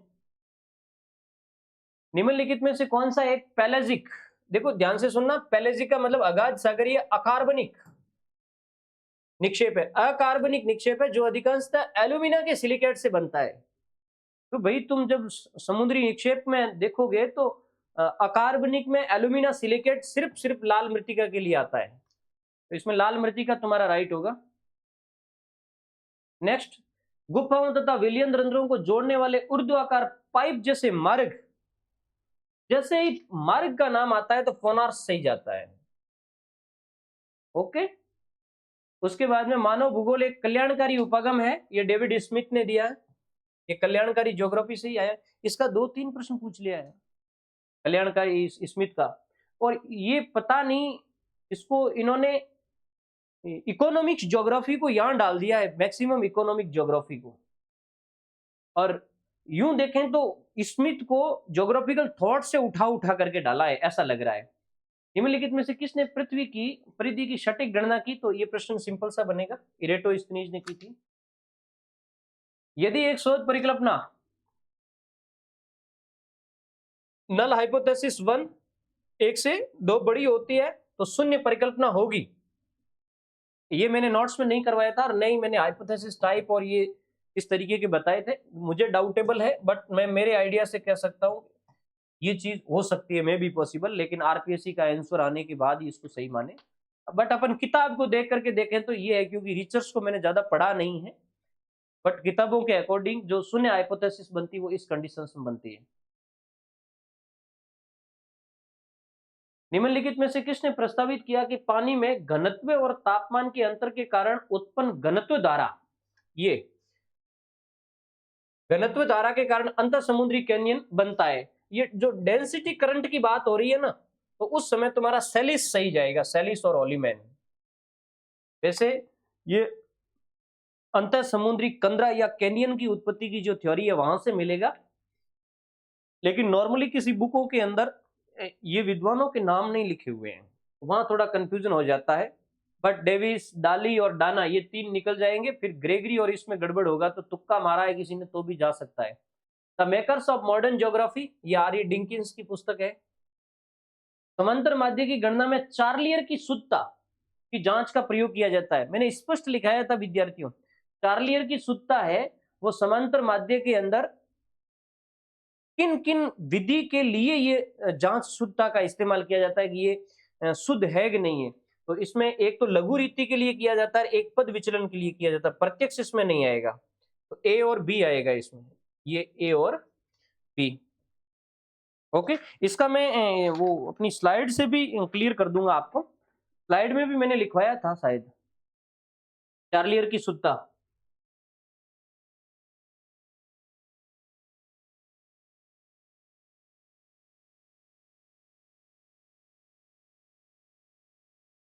ये देखो, वो मैंने एक अभी पहले और बताया था कि ये जो आप कहते हैं ना कि ये सर बहुशंकु प्रक्षेप है, ये जो ओएसएम सीरीज बनती है, अंतरराष्ट्रीय मैप को जब आप गहराई से पढ़ोगे तो ये बहुशंकु प्रक्षेप का ही संशोधित रूप है। तब वो बहुशंकु वहां क्लियर बैठ जाता है। ये देखो, ये मैंने एक स्लाइड बनाई थी आपके लिए, चार्लियर शुद्धता स्पष्ट लिखा था, चार्लियर जांच विधि, लघु रीति, पद विचलन। ओके, लघु रीति में भी ये काम आती है और पद विचलन में भी ये काम आती है, दोनों के अंदर। निम्नलिखित में से कौन सा युग्म सुमेलित नहीं है? हम्बोल्ट, हम्बोल्ट गर्म नहीं है, हम्बोल्ट ठंडी समुद्री धारा है। निम्नलिखित में से कौन सी महासागर में एक लघु उच्चवच आकृति नहीं है? छोटी आकृतियों के बारे में कह रहा है, कौन छोटी आकृति नहीं है? महासागरीय गर्त बड़ी आकृति में आता है। आपने जब वो महासागरीय नीतर पढ़ा होगा तो उसकी जो प्रमुख उच्चावच है उसके अंदर महाद्वीपीय मग्न तट, महाद्वीपीय ढाल, अगाध सागरीय मैदान और महासागरीय गर्त, ये चार चीजें पढ़ी होगी। निम्नलिखित में से किसने पारिस्थितिकी कर्मता, इकोलॉजिकल निश्चय की संकल्पना दी? तो इसमें ग्रीनले आएगा तुम्हारा, ठीक है। ग्रीनले ने दिया था ये कंसेप्ट, एनवायरमेंट से सीधा सविंदर सिंह के अंदर पढ़ा है, आप देख सकते हैं। निम्नलिखित कथनों पर विचार कीजिए और सही कथन का चयन कीजिए। ये थोड़ा सा घुमावदार प्रश्न है लेकिन इतना टफ तो नहीं है। सही कथन साटना है। उपध्रुवीय क्षेत्र उच्च दाब का क्षेत्र है, ये तो गलत हो गया। उपध्रुवीय तो न्यून वायु दाब का क्षेत्र है। 10 डिग्री उत्तर से 10 डिग्री दक्षिण तक ऊर्ध्वाधर वायु धाराएं प्रबल होती, ये सही बैठेगा। आपको सिर्फ 10 नहीं, वो 5 है। हो सकता है सूर्य का उत्तरायण दक्षिणायन होने से 10 डिग्री तक भी चल सकते, क्यों, लेकिन इसमें बाकी वाले गलत है। उपोष्णकटिबंधीय उच्च दबाव का क्षेत्र आसपास के व्यापारिक पवन मरुस्थल के कारण होता नहीं। यहाँ जो उच्च दाब का क्षेत्र बनता है उसमें धरातल का तो कोई लेना देना ही नहीं है, वो तो ऊपर जो पवनों का आरोहण होता है पार्थिव गति के कारण, उसकी वजह से होता है। ध्रुवीय उच्च वायुदाब का क्षेत्र सूर्य के चारों ओर पृथ्वी के अंडाकार मार्ग से नहीं, सूर्य के अंडाकार मार्ग, सूर्य के चारों ओर मार्ग से क्या लेना देना, वो तो पृथ्वी के अपने अक्ष पर झुके रहने के कारण सूर्य की किरणों के तिरछेपन की वजह से होता है। तो इसमें तुम्हारा ये सही बैठेगा। 10 डिग्री उत्तर से 10 डिग्री दक्षिण तक ऊर्ध्वाधर वायु धाराएं प्रबल होती है। वन शॉट कैश स्टडी, ये अपने उस नोट्स के अंदर नहीं था, जहां तक मुझे आइडिया है ये एक्स एक्सपेरिमेंटल में होगा, प्री एक्सपेरिमेंटल रिसर्च के अंतर्गत आएगा ये। उसके बाद में नेक्स्ट देखो, ये प्रश्न कंफ्यूज कर रहा है काफी बच्चों को। प्रमाप विचलन गुणांक ज्ञात करने में निम्नलिखित में से कौन सा सूत्र है? अब ध्यान से सुनो, इसने यहां क्या लिखा है, कॉफियंस ऑफ स्टैंडर्ड डेविएशन। दो चीजें, एक तो होता है कॉफियंस ऑफ स्वीटनेस, अलग से आएगा, एक होता है कॉफियंस ऑफ स्टैंडर्ड डेविएशन। तो कॉफियंस ऑफ स्टैंडर्ड डेविएशन का मतलब होता है जब आप स्टैंडर्ड डेविएशन को समांतर माध्य से विभाजित करवाओगे तो आपका कॉफियंस निकल करके आ जाएगा। तो मेरी पहली प्राथमिकता ये जाएगी। अब ये एग्जामिनर पे डिपेंड करेगा कि एग्जामिनर किसको बोल रहा है। एक होता है विचरण गुणांक और एक होता है प्रमाप विचलन गुणांक, ये दोनों है, थोड़ा अलग अलग है दोनों ही स्टैंडर्ड डेविएशन से रिलेटेड। अब एग्जामिनर ने किसको मेंशन किया है, फिर यहां क्या लिखा है, उस पर थोड़ा गड़बड़ रहेगा। तो मेरी पहली प्राथमिकता ये रहेगी स्टैंडर्ड डेविएशन बटे बार एक्स। दूसरी प्राथमिकता में ये भी जा सकता है। अब ये मैंने करवाया, देखो ये मैं दोनों चीजें यहां बता देता हूं। ये देखो मानक विचलन गुणांक की जब आप बात करोगे तो कॉफियंस ऑफ स्टैंडर्ड डेविएशन बटे समांतर माध्य, ये होगा। अब दो चीज है, एक है परमाप विचलन गुणांक, देखो यहां क्या लिखा है, coefficient of standard deviation. Coefficient of standard deviation का ये फॉर्मूला रहता है स्टैंडर्ड डेविएशन बटे पार एक्स, जबकि विचरण गुणांक, ये विचरण गुणांक है वो कॉफियंस ऑफ वेरिएशन है। ये यहां थोड़ा सा मुझे भी लग रहा है कि ये कॉफियंस ऑफ वेरिएशन की बात कर रहा है, वेरिएंस की बात कर रहा है। यहां तो कॉफियंस ऑफ वेरिएंस पूछा नहीं है, यहां तो पूछा है कॉफियंस ऑफ स्टैंडर्ड डेविएशन।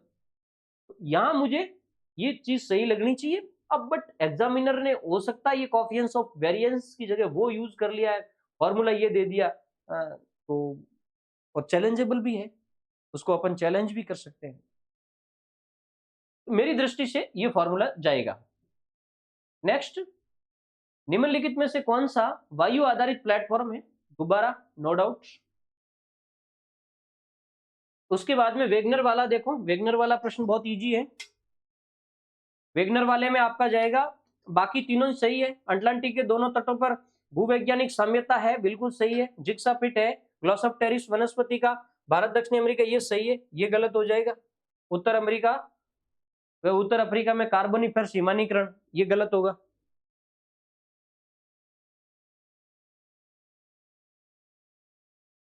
ठीक है, उसके बाद नेक्स्ट आए, कूट का इस्तेमाल करना है। सूची 1 को सूची 2 के साथ सुमेलित कीजिए और सही कूट का इस्तेमाल कीजिए। हुक है तो हुक तुम्हारी तटीय परिवहित निक्षेपित स्थलाकृतियां हैं। भृगु है तो भृगु तटीय अपर्दनात्मक स्थलाकृति है। उत्पाटन ये हाइड्रोलिक एक्शन है, जलीय क्रिया है। और बालसन है ये अंतरपर्वतीय पठार, अंतरपर्वतीय बेसिन है। तो इसमें रहेगा तुम्हारा 3 1 4 2, 3 1 4 2, ये आपका सही बैठेगा। ओके,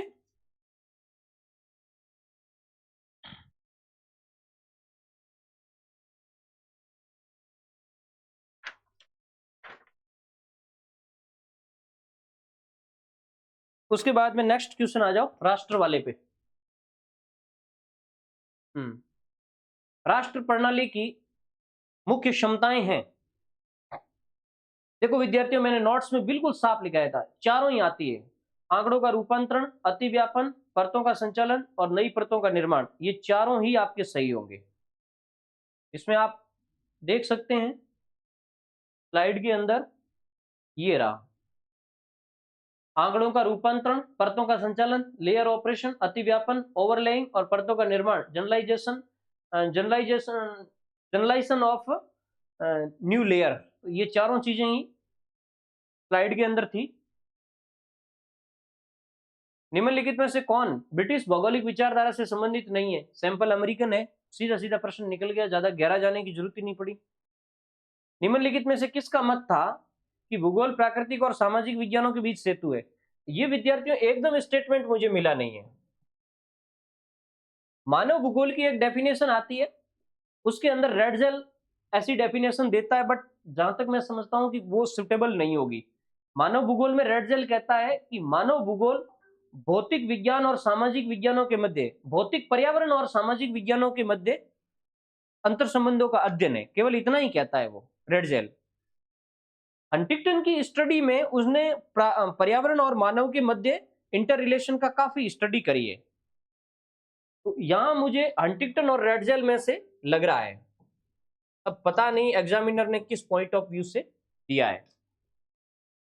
उसके बाद नेक्स्ट है, क्लाइमोग्राफ में कीन प्रदर्शित करता है, तो कीन ठंडा और शुष्क है, सीधा सीधा वो मैंने 4 बताया था, रग्गी, स्कॉर्सिंग, कीन और रॉ, ये अपनी स्लाइड के अंदर भी पड़ा है। ये देखिए, ये कीन, ये रहा शीत शुष्क। ओके, आवाज आवाज आपकी सही आ रही है? क्योंकि मैं ऐसे लाइव वगैरह करता नहीं हूँ। सिंपली कुछ भी आपके हो तो आप कमेंट बॉक्स में नीचे मुझे लिख दीजिए, रेस्पॉन्स जरूर लिखिए, पेपर आपका कैसा गया है, किस रूप में गया है। और यदि आप डायरेक्ट रेस्पॉन्स इस पे नहीं देना चाहते तो मुझे व्हाट्सएप पे दे दीजिए। अपना जो प्लेटफॉर्म का नंबर है 8386 19, 54, 60, 73। आपके स्टडी से संबंधित किसी भी तरीके की जानकारी आपको चाहिए, सारी आप इस पर मुझे बता सकते हैं। और इससे पहले एक चीज मैं आपको और बताना चाहूंगा कि जितने भी स्टूडेंट देख रहे हैं, मैं इंटरव्यू के लिए आगे और बैच लेकर के आऊंगा जिसमें किस तरीके से, क्योंकि मेरा मेरा अनुभव रहा है, मुझे जो कठिनाई फील हुई इंटरव्यू में, मैं चाहता हूं कि उस कठिनाई को दूर किया जाए। जैसे प्रैक्टिकल में मुझे 2016 के एग्जाम में कठिनाई फील हुई, उसको मैंने सही किया तो 2020 में अपना अच्छा हो गया। 2022 में पहली बार मैंने इंटरव्यू फेस किया तो इंटरव्यू मेरा अच्छा नहीं घटा, क्योंकि मुझे इतना अनुभव नहीं था कौन चीज कहाँ से किस तरीके से पढ़नी चाहिए, किस तरीके से जवाब जाना चाहिए। तो मैं जैसे ही अपना इसका रिजल्ट आ जाएगा उसके बाद इंटरव्यू का बैच लेकर के आऊंगा। कम से कम 50 से 60 क्लासें होगी, जिसमें प्रत्येक अपन यूनिट में देख लेंगे कि किस यूनिट से एक एग्जामिनर क्या प्रश्न बना सकता है इंटरव्यू के संबंध में, और उसका आप किस तरीके से आंसर दो तो सही सॉल्यूशन निकल सकता है। ठीक है। उसके बाद नेक्स्ट अपन जाए, निम्नलिखित में से कौन सा अनुसूची के उद्देश्यों में सम्मिलित नहीं है। देखो ये प्रश्न थोड़ा सा, मैं एकदम सेटिस्फाई तो नहीं हो रहा हूं, बट ये दे रहा हूं कि ये प्रामाणिक और वस्तुनिष्ठ अध्ययन ये प्रामाणिक नहीं हो सकता, तो ये प्रश्न है वो, ये इसका आंसर सही जाएगा मेरे हिसाब से। किसने पारिस्थितिकी तंत्र को एक या अधिक जीवित जीवों और उनके भौतिक व जैविक दोनों प्रभावी वातावरण में बनी एक कार्यशील अंतःक्रिया प्रणाली बताइए। ये फॉस्बर्ग की डेफिनेशन है, आपको अच्छी तरीके से मिल जाएगी डेफिनेशन जेपी से, इसमें अपने सविंदर सिंह वाली बुक के अंदर। निकटतम पड़ोसी सूचकांक के संबंध में मान मापक प्रतिरूप में से कौन सा सुमेलित नहीं है। देखो निकटतम पड़ोसी अच्छे ढंग से बताया था मैंने स्टैटिक्स के अंदर, इसमें तुम्हारा ये नहीं है, ये है ना, ये अनइवन, ये कोई शब्द यूज ही नहीं होता है। बाकी 2.14 यूनिफॉर्म है, 0 0 क्लस्टर है और 1 रैंडम है। इसको आप देखना चाहते हो तो मैंने स्लाइड के अंदर भी आपको बता रखा है, ये यहाँ सारा प्रयास किया था मैंने। ये देखो पूर्ण सकेंद्रण है, क्लस्टर्ड है, 0 के पास रहेगा, 1 के पास आएगा तो रैंडम चला जाएगा। ये देखो यादृच्छिक है, और 2.14 होगा तो पूर्ण षटकोणीय है। इसको अपन ये देखो प्रकीर्णन लिखा है मैंने, ये 3 चीजें निकल करके आ गई। उसके बाद नेक्स्ट, व्यवहार परक भूगोल के विषय में निम्नलिखित कथनों पर विचार कीजिए और नीचे दिए गए कूट का सही उपयोग कीजिए। व्यवहारिक ज्योग्राफी के बारे में आया है, मनुष्य पर्यावरण को आकार देता है तथा उससे प्रभावित होता है, मनुष्य और पर्यावरण गतिशील रूप से एक दूसरे से जुड़े हुए, बिल्कुल राइट बात कह रहा है ये व्यवहार परक भूगोल के बारे में। व्यवहारिक भूगोल की प्रकृति बहुविषयक है, बिल्कुल सही है, मल्टी सब्जेक्टिव है ये। जे राइट और जीपीएफ वाइट व्यवहारिक दृष्टिकोण पर अधिक जोर देते हैं, बिल्कुल देते हैं, तो इसमें तीनों ही स्टेटमेंट सही है, ए बी और सी। ओके। उसके बाद नेक्स्ट क्वेश्चन पे आ जाएं। आंकड़ों के सारणीयन का सामान्य अर्थ है, सामान्य अर्थ मैंने अंडरलाइन करके बताया था, आंकड़ों का सुव्यवस्थित प्रस्तुतिकरण ही सारणीयन है। आप अपनी स्लाइड में जाएं,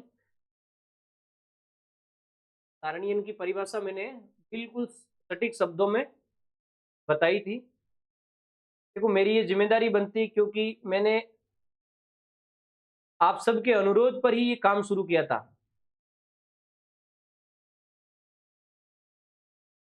तो आपने कहा था कि इन चीजों को आप लेकर के आए ताकि हमारे जो जुड़े हुए स्टूडेंट है उनको बेनिफिट हो सके। तो ये देखो आप स्लाइड देख रहे हैं, इसमें लिखा हुआ है ये सारणीयन का अर्थ, क्रमबद्ध एवं सुव्यवस्थित प्रस्तुतिकरण, संख्या की तथ्यों का क्रमबद्ध एवं सुव्यवस्थित प्रस्तुतिकरण। मैंने हाईलाइटर के द्वारा हाईलाइट किए कि ये चीजें हैं वो आपको इसमें याद करनी है, और हमारी ये मेहनत है वो आखिरकार सफल हुई, चाहे कम प्रश्न आए लेकिन सफल जरूर हुई। जब दृश्य सेंस के भीतर कोई यादृच्छिक खराब पिक्चर आ जाए, देखो ये जियो स्पेशियल में से था, ये मैंने आपको नहीं करवाया था, मुझे इस पर डाउट है, अभी भी मैं इसको क्लियर नहीं कर पा रहा हूं, बट 50-50 कह रहा हूं मैं, पट रव की तरफ जा रहा है या सोलो नॉइस की तरफ जा रहा है। मैक्सिमम मैं ये मानना चाहूंगा कि भाई शॉर्ट नॉइस है, वो हो सकता है इसका एग्जाम्पल बने। नहीं कुछ इसके इर्द गिर्द है वो किताबों के अंदर लिखा हुआ है, बट क्लियरिफिकेशन नहीं है, ये मैं आरपीएससी पे छोड़ता हूँ, आरपीएससी क्या इसका आंसर मानती है उस हिसाब से आप माने। निम्नलिखित में से कौन सा सही है। बाकी सारे देखो, जलोढ़ शंकु परिवहन गलत, परिवहन का जलोढ़ शंकु नहीं है, निक्षेपण है। भृगु ढाल हिमानीकृत अपरदनात्मक है, नहीं ये महासागरीय है। संप्राय मैदान निक्षेपात्मक, गलत, ये अपरदनात्मक है। ये स्लिप ऑफ ढाल है, ये निक्षेपात्मक है। ये स्लिप ऑफ ढाल नदी के द्वारा बनती है। नदी के मैदानी भागों में जब मोड़दार उसका जो मार्ग होता है, यानी विषर्प बनते हैं, तो उसके उत्तर ढाल पे जो निक्षेपात्मक स्थलाकृतियां होती है वो स्लिप ऑफ ढाल के नाम से जानी जाती है। वो जो जमाव होता है उसको।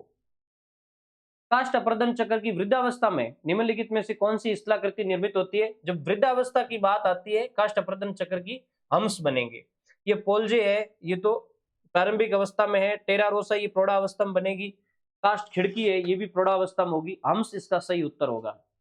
उसके बाद में वृष्टि छाया, थोड़ा आपका क्लियरिफिकेशन कम है विजिबिलिटी में, तो मैं बोल रहा हूं ना, वृष्टि छाया प्रभाव वर्षण किस रूप से संबंधित है? तो वृष्टि छाया तो ये तो पर्वतीय का है। उसके बाद लोग और स्थान के बीच में विकसित होने वाले प्रभावी बंधन का वर्णन करने के लिए टोपोइला शब्द है, ये तुआन का है। मानवतावादी जो कंसेप्ट है उसमें से आया है। ये टोपोइला शब्दावली है, वो तुआन ने यूज की थी। निम्नलिखित में से किसने भोर व गोधूलि के कारणों का जिक्र किया? भोर व गोधूलि के कारणों का जिक्र अलब्रूनी करता है। ये वैसे अच्छा प्रश्न था, डीप से पूछा गया, गहराई से पूछा गया प्रश्न था। जिसने ढंग से किताबों को बढ़िया तरीके से पढ़ा है वो सही बैठ जाएगा उसके लिए। सामाजिक वैज्ञानिकों द्वारा उपयोग में ली जाने वाली निम्न में से कौन सी प्रमुख असंभाव्य प्रतिचयन अभिकल्पना नहीं है? कितना मतलब बढ़िया चीज बता रहा है, प्रश्नों को कितना डीप ले जा रहा है। Which one of the following is not measure design of non-probability sampling used by the social scientists? यानी कौन नॉन प्रोबेबल नहीं है, तो इसका मतलब ये यूं पूछ रहा है कि कौन प्रोबेबल है। ओके ना, कौन संभाव्य है? देखो, स्वदेश्य, अंश, आकस्मिक, ये आपका है वो नॉन प्रोबेबल है। जबकि पूछ रहा है कि प्रोबेबल कौन है, यानी ये कह रहा है कि असंभाव्य प्रतिचयन नहीं है, तो स्वदेशी तो असंभाव्य है, कोटा भी असंभाव्य है, आकस्मिक भी असंभाव्य है, तो इसमें इस तरह आएगा ये स्ट्रैटिफाइड सैंपलिंग। ये 4 आपका सही जाएगा। इस प्रश्न को जिसने सही ढंग से नहीं पढ़ा है ना, उसने सीधा तुक्का मारा है इस पे, अंश प्रतिदर्श पे, कि हाँ सर कोटा नहीं है। ये मैंने उसमें करवाया था अपने स्केलिंग वाले के अंदर बढ़िया ढंग से, हालांकि उसका मैं स्क्रीनशॉट भी लाया हूं, एक मिनट देख लेता हूं मैं। ये रहा, पढ़ा ये देखो, संभाव्य मैंने बताया था, प्रोबेबल, संभाव्य निदर्श और असंभाव्य। असंभाव्य के अंदर कौन आता? देखो ये प्रपोजिटिव उद्देश्यपूर्ण आ गया, आकस्मिक एक्सीडेंटल आ गया, और अभ्यंश मतलब कोटा। ये 3 चीजें तो आ ही गई। अब प्रायिकता के अंदर ये देखो स्ट्रैटिफाइड स्तरीकृत इसके अंदर है, तो ये तो संभाव्य के अंदर आ गया। उसके बाद डेविस वाले की बात कर रहा है, तो डेविस ने अपना आवर्तन चक्र किस प्रदेशों के लिए दिया था? आर्द्र शीतोष्ण कटिबंधीय क्षेत्रों का एक्सप्लेन करने के लिए दिया था उसने। निम्न में से कौन सा सही मिलान नहीं है? शुष्क भूआकृति, लहर के निशान मिलेंगे, बिल्कुल मिलेंगे। हिमानी में नुनाटक बिल्कुल मिलेगा। जलीय भूआकृति में प्राकृतिक तटबंध बिल्कुल मिलेगा। कास्ट भूआकृति में लूप्ड बार ये नहीं मिलेगा, ये कास्ट में नहीं मिलता है। वैसे लूप्ड बार की अपन बात करते हैं तो ये तो तटीय रोधिका है, ये तो समुद्री जल से रिलेटेड होगी। वायुमंडल के ऊपरी सतह पर प्राप्त 100 इकाई लघु तरंग विकिरण में से कितना वायुमंडल के द्वारा प्रत्यक्ष रूप से अवशोषित कर लिया जाता है? तो सौर्य तरंगों का वायुमंडल के द्वारा 14 इकाइयां अवशोषित होती है। ये सिंपल प्रश्न था। निम्नलिखित में से किस एरोसोल या पार्टिकुलेट मैटर का स्थिर जल अवस्था सौभ मंडल में सबसे अधिक प्रतिशत होता है? ये थोड़ा घुमाया हुआ प्रश्न है। सौभ मंडल में किसका है? वो पूरे को स्टेबल कर दिया जाए, कोई इन्वायरमेंट चेंजेस वगैरह नहीं करें, गति वगैरह है वो हीन हो जाए, ऐसी कंडीशंस में इन्वायरमेंट में या सौभ मंडल में सबसे ज्यादा क्या होगा? वनस्पति, सामुद्रिक फुहार, सी स्प्रे, जंगल की आग, मानव, ये दोनों तो बाहर ही निकल गए। अब इसमें जैसे समुद्री फुहार को अपन ये इसके रूप में ले लें जलवाष्प के रूप में, तो फिर इनकी है वो मात्रा बढ़ जाएगी। तो मेरे हिसाब से ये थोड़ा सा बैठना चाहिए सही। बाकी इसको भी मैं आरपीएससी पे छोड़ देता हूँ, मे भी पॉसिबल, हो सकता है कहीं से कोई स्टेटमेंट आया और उसने वनस्पति को सही मान ले। निम्नलिखित में से कौन सा आंतरिक सागरीय झील या लवणता से सुमेलित नहीं है? किसकी लवणता सही सुमेलित नहीं है? वान झील, ये गलत है, बस सीधा ही हो गया ये। वान झील की 230 नहीं है, इनकी तो 300 के पास जाती है, वान झील की 330 के पास। बाकी काराबुगा सही है 170, मृत सागर 278 सही है, ग्रेट साल्ट 220 सही है। ये लेटेस्ट प्रश्न आ गया। नासा के ऊपरी अल्टीमीटर के आंकड़ों के अनुसार 1993 से लेकर 2023 तक वैश्विक औसत समुद्र स्तर में अनुमानित कितना परिवर्तन हुआ है? 6 इंच के लगभग हुआ है। 6 नहीं 5 इंच के लगभग है, ऐसा कुछ उसने बताया है। तो और 9 सेंटीमीटर के आसपास है ये। इसमें ऑल ओवर डेटा देखने के बाद ये मुझे सही लग रहा है। नेक्स्ट, निम्नलिखित में से कौन सा जैव विविधता का स्व स्थान है? बायोडाइवर्सिटी का स्व स्थान है का मतलब इन सिटू नहीं है। पूछ रहे हो स्व स्थान नहीं है। कई बार ये अपन देखते नहीं है और सीधा किसी एक पे अपना दिमाग चलता है, हाँ यार मैंने पढ़ा है वन्य जीव अभ्यारण्य स्व स्थान है, क्योंकि ये पूछ क्या रहा है कि स्व स्थान कंजर्वेशन नहीं है। आप जीव को किसी दूसरे स्थान पर ले जाकर के वहां कंजर्वेटिव कर रहे हो, तो ये है बॉटनिकल गार्डन। ये तुम्हारा बॉटनिकल गार्डन सही होगा, वनस्पति उद्यान इसके अंदर सही आएगा। ये बाह्य स्थान है, ये इन सिटू नहीं है। व्यक्तिगत श्रेणी में सरल समांतर माध्य ज्ञात करने की विधियां हैं। प्रश्न को गहराई से सुनना। केवल कई बार क्या होता है, प्रश्न गहराई से पढ़ते नहीं है या पूर्व में इसको ढंग से पढ़ा नहीं है। व्यक्तिगत श्रेणी में सरल समांतर माध्य ज्ञात करने की विधियां, ध्यान रखना, व्यक्तिगत श्रेणी में केवल प्रत्यक्ष और लघु इन दोनों से ही ज्ञात होती है। पद विचलन विधि यूज नहीं होती है। पद विचलन विधि होती है जो सतत वर्गीकृत विधि होती है उसमें। तो मेरे हिसाब से ए और बी सही होगा। हालांकि मैंने इसको अपना समांतर माध्य वाले में करवाया होगा। समांतर माध्य के चैप्टर ये देखो, इसमें मैंने बताया था प्रत्यक्ष और अप्रत्यक्ष दोनों विधि से ज्ञात किया जाता व्यक्तिगत श्रेणी के अंदर, प्रत्यक्ष विधि और अप्रत्यक्ष विधि। कोपेन के जलवायु वर्गीकरण में ध्रुवीय जलवायु है, ई से व्यक्त किया जाता है। ये सिंपल क्वेश्चन था। विश्व का सबसे बड़ा अपतटीय मैग्नीज नोड्यूल्स क्षेत्र कलेरियन क्लिप्रटन। क्लिप्रटन ये एक पर्टिकुलर एरिया है और ये काफी मॉडर्न प्रश्न है। ये एरिया आपको मिलेगा प्रशांत महासागर में, पश्चिम मैक्सिको तट से हवाईयन तट तक। कलेरियन क्लिपर्टन, ओके। उसके बाद में नेक्स्ट तुम्हारा आएगा, निम्नलिखित पर्वत श्रेणियों में से आल्पाइन पर्वत का परिणाम नहीं है। कौन आल्पाइन नहीं है, ये प्रश्न पूछा है। एक minute, which is not the following range of mountain is not result of alpine orogeny. तो आल्पाइन में खिंगन नहीं आएगा, बस जैग्रोस है, कुनलुन है और एंडीज है। खिंगन बैठ जाएगा। 1968 में विशाल नुई अर्देते का उदाहरण है, ज्वालामुखी उद्गार की बात कर रहा है ये नुई अर्देते। ये माउंट मेयान का है, फिलीपींस वाले का। ये भी काफी गहरा प्रश्न है, जनरल किताबें इसको लिखती नहीं है। निम्नलिखित में से कौन सा अभिवैनीय तापीय व्युत्क्रमण का प्रकार नहीं है? ये आपने यदि थर्मल टेम्परेचर इन्वर्जन को आपने ढंग से पढ़ा है तो उसमें जो अभिवैनीय व्युत्क्रमण है उसके 3 टाइप बनते हैं। वायु में लंबवत गति, देखो घाटी के अंदर जो बनती है वो लंबवत गति से बनेगी। वाताग्रही बनती है, शीतोष्ण कटिबंधीय वाताग्रहों के सारे बनती है। विक्षोभ व्युत्क्रमण इसमें नहीं होगा। इसका ये आपका आंसर होगा। वायु में क्षैतिज गति के कारण तो होती है, आरोही जो पवन है वो तेज गति से एक दूसरे के ऊपर चढ़ती है, वहां पर भी आपका तापमान प्रतिलोमन बनता है। तो इसमें विक्षोभ व्युत्क्रमण, ये उत्तर आपका सही होगा।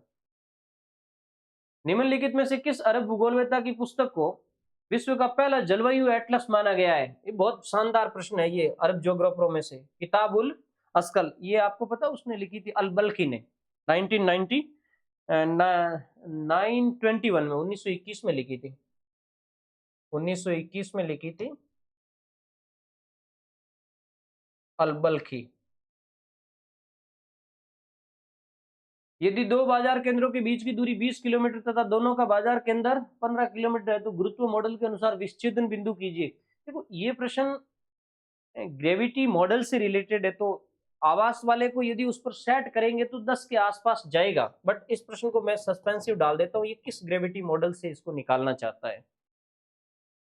प्रथम दृष्टया ये मुझे सही लग रहा है, हो सकता है मे भी पॉसिबल इसके इर्द गिर्द भी कुछ रहे या उसने कोई दूसरे एंगल से पूछा है, तो ये मैं आरपीएससी पे छोड़ता हूँ। प्रथम दृष्टया जिसने 10 करके आया है वो तो अपने आप को खुश नसीब माने। ये अच्छा प्रश्न है। वाल्टर पैंक के अपर्दन चक्र के मॉडल के अनुसार हॉल्डेन हेग आपका एबेस्टीजेंडियम बनेगा। हॉल्डेन हेग कह दे या वास्डाल कह दे। ये सिंपल प्रश्न था, ये टफ था भाई, मैंने मेरे नोट्स में नहीं लिया था। एसक्यूएल ये फाइल फॉर्मेट है डेटाबेस मैनेजमेंट सिस्टम का। स्ट्रक्चरल क्वेरी लैंग्वेज ये इसका सही बैठेगा। है ही नहीं, जनरल किताब में लिखा हुआ, कंप्यूटर की किताब में आपको मिलेगा ये। ध्रुवीय वाताग्रह सिद्धांत है, तो ये शीतोष्ण कटिबंधीय चक्रवातों की उत्पत्ति की बात कर रहा है। सिंपल सा प्रश्न है ये। उसके बाद में निम्न में से कौन सी मैट्रिक्स पर्यावरणीय अधिप्रभाव का मूल्यांकन करती है? लियोपोल्ड मैट्रिक्स, बिल्कुल सीधा सीधा प्रश्न आया है। निम्नलिखित में से कौन सी हिमानी स्थलाकृति सामान्यतः जलवायु तथा बैसाल्ट पलग से संबंधित होती है? काफी गहरा प्रश्न है। जहां ज्वालामुखी का मेग्मा है उसके ऊपर वो इरोजन करके और वो जो बनाती है वो होता है श्रिंकपुच, क्रेग एंड टाइल। निम्नलिखित में से कौन सा 45 डिग्री 52 मिनट और 30 सेकंड अक्षांश का दशमलव डिग्री में सही रूपांतरण है? ये अच्छा प्रश्न है, मतलब डिग्री का दशमलव में रूपांतरण किया है, तो नॉर्मली इसमें आपका ये आंसर सही बैठेगा 7 पॉइंट। इसको दो मेथड से याद किया जाता है। एक तो ऐसे कर लो, जैसे 45 डिग्री के साथ जोड़ दो मिनट वाले को 52/60 करके जोड़ो, प्लस सेकंड का जितना भी है उसको बट्टे 3600 करके जोड़ दो। एक तो ये सिस्टम होता है, और एक इसको ऐसे जोड़ सकते हैं आप 45 प्लस ये आपका मिनट और सेकंड है, इसको पॉइंट में लिख दो 52.30/60। ये भी एक सिस्टम है इसको जोड़ने का। तो इसमें जो भी आएगा आंसर ये इसके लमसम बैठेगा, तो ये आंसर आपका सही है। उसके बाद में है प्रतिदर्श का आकार प्रभावित नहीं होता है, सैंपलिंग प्रोसेस से प्रभावित नहीं होगा, में ये प्रश्न सही बैठेगा। निम्नलिखित में से आधा इंच स्थलाकृतिक आधा इंच के तो ये पीछे ही पड़ गया यार, आधा इंच का तो ये रहेगा। डायरेक्शन वाला जो भी है आधा इंच का है, मैंने बढ़िया ढंग से बच्चों को बताया था। 3 प्रश्न तो तुम लेकर के और गिरे हो एक साथ। निम्नलिखित में से किसने कहा कि पृथ्वी के नियम के बारे में पृथ्वी से पूछिए? ये काम तो रीटर ही कर सकता है भाई। रीटर की ये सबसे बढ़िया स्टेटमेंट है। मैं कहता हूँ ना कभी कभार के स्टेटमेंट आता है, ये स्टेटमेंट है। देखो, मर्केटर प्रक्षेप को इस नाम से जाना जाता है, बिल्कुल सिंपल है ये। यथाकृतिक बेलनाकार यथाकृतिक प्रक्षेप, हेडिंग ही मेरी यही थी। खैर ये तो सबने सही किया है। ये प्रश्न थोड़ा कंफ्यूजन करने वाला है, मुझे भी कंफ्यूजन किया था। तो ये कॉन्सेंट्रेशन का माप है, अपकिरण का ही एक टाइप है। तो देखो इसमें अपकिरण का मात्रात्मक मापक तो है ही है, बट ये विषमता का माप भी करता है। ये है ना, ये मेजरमेंट ऑफ सीक्वेंस भी है, लेकिन जो मैथमेटिकली सीक्वेंस है उसके अंदर नहीं है, ये इकोनॉमिकली सीक्वेंस के अंदर है। इसलिए वो जो विषमता अपन ने उसमें जो मेरे नोट्स के अंदर डिस्कस की थी वो इकोनॉमिकली विषमता थी, लेकिन ये मैथमेटिकली तो जाएगा आपका, ये मात्रात्मक मापन तो आपका रहेगा। तो ये आपका सही बैठेगा। खैर फिर आरपीएससी क्या करती है इसको, कोई कोई बच्चा ऐसा नहीं हो डिलीट भी करवा दे। निम्नलिखित में से किस महाद्वीपीय शेल्फ की चौड़ाई सर्वाधिक है? तो ये तो साइबेरियन शेल्फ होगा। और ब्राजील के सवाना क्षेत्र का स्थानीय नाम सेराडो, ये भी ठीक है। निम्नलिखित में से किस मानक त्रुटि स्टैंडर्ड एरर में से सिग्निफिकेंस लेवल +3, काफी डिफिकल्ट था, मैंने स्टैटिक्स में इतना मैं गहरा नहीं गया। जो 0.3 स्टैंडर्ड जो सिग्निफिकेंस लेवल होता है उसका कॉन्फिडेंस लेवल मान 90.73 के पास रहता है। तो जिसने भी 90.73 किया है उसका राइट गया है। अत्यधिक बड़े आकार के जल गर्तों को क्या कहते हैं? अवनमन कुंड कहते हैं। ओके, और उसके बाद में सागर तल पर मानक वायुदाब रहता है 113.25। देखो कितने नजदीक दिए, ये 1013 नहीं 1013। यहाँ भी तुम्हें कंफ्यूजन करने वाला है कि 1113, तो कहीं बच्चा ऐसा कंफ्यूज नहीं हो जाए, 1031 ऐसा दिया, 1013.25। ये आपका हो गया प्रथम प्रश्न पत्र। देखो सॉल्व करने के बाद तो लगता है कि यार पेपर इतना हार्ड नहीं था। वैसे पहले पहले पेपर के संदर्भ में इतना आपको घबराने की आवश्यकता नहीं है। नॉर्मली पेपर सबका अच्छा गया होगा, तैयारी करने वाले का। देखो टाइम भी काफ़ी स्पेंड हो रहा है, वीडियो भी काफ़ी लंबा हो रहा है। बट सबसे मैं सबको धन्यवाद देना चाहता हूँ, सबको अग्रिम बधाई देना चाहता हूँ। और अपने जितने भी जो साथी थे जिन्होंने अपना कोर्स ले रखा था कठिन चैप्टर का, तो मैंने एनालिसिस करके आपको बता दिया। भई ज़्यादा नहीं कह सकता, बट रिसर्च सहित 40 से 45 प्रश्न है, वो मैंने आपको प्रोवाइड करवाए हैं। और सिलेबस विश्लेषण वाले के बारे में तो मैं बताऊँगा, फर्स्ट और सेकंड पेपर में आपको उस 25 वीडियो में से कितनी हेल्प मिली, जो अपन ने यूट्यूब पे डाले थे। ठीक है, ऑल द बेस्ट।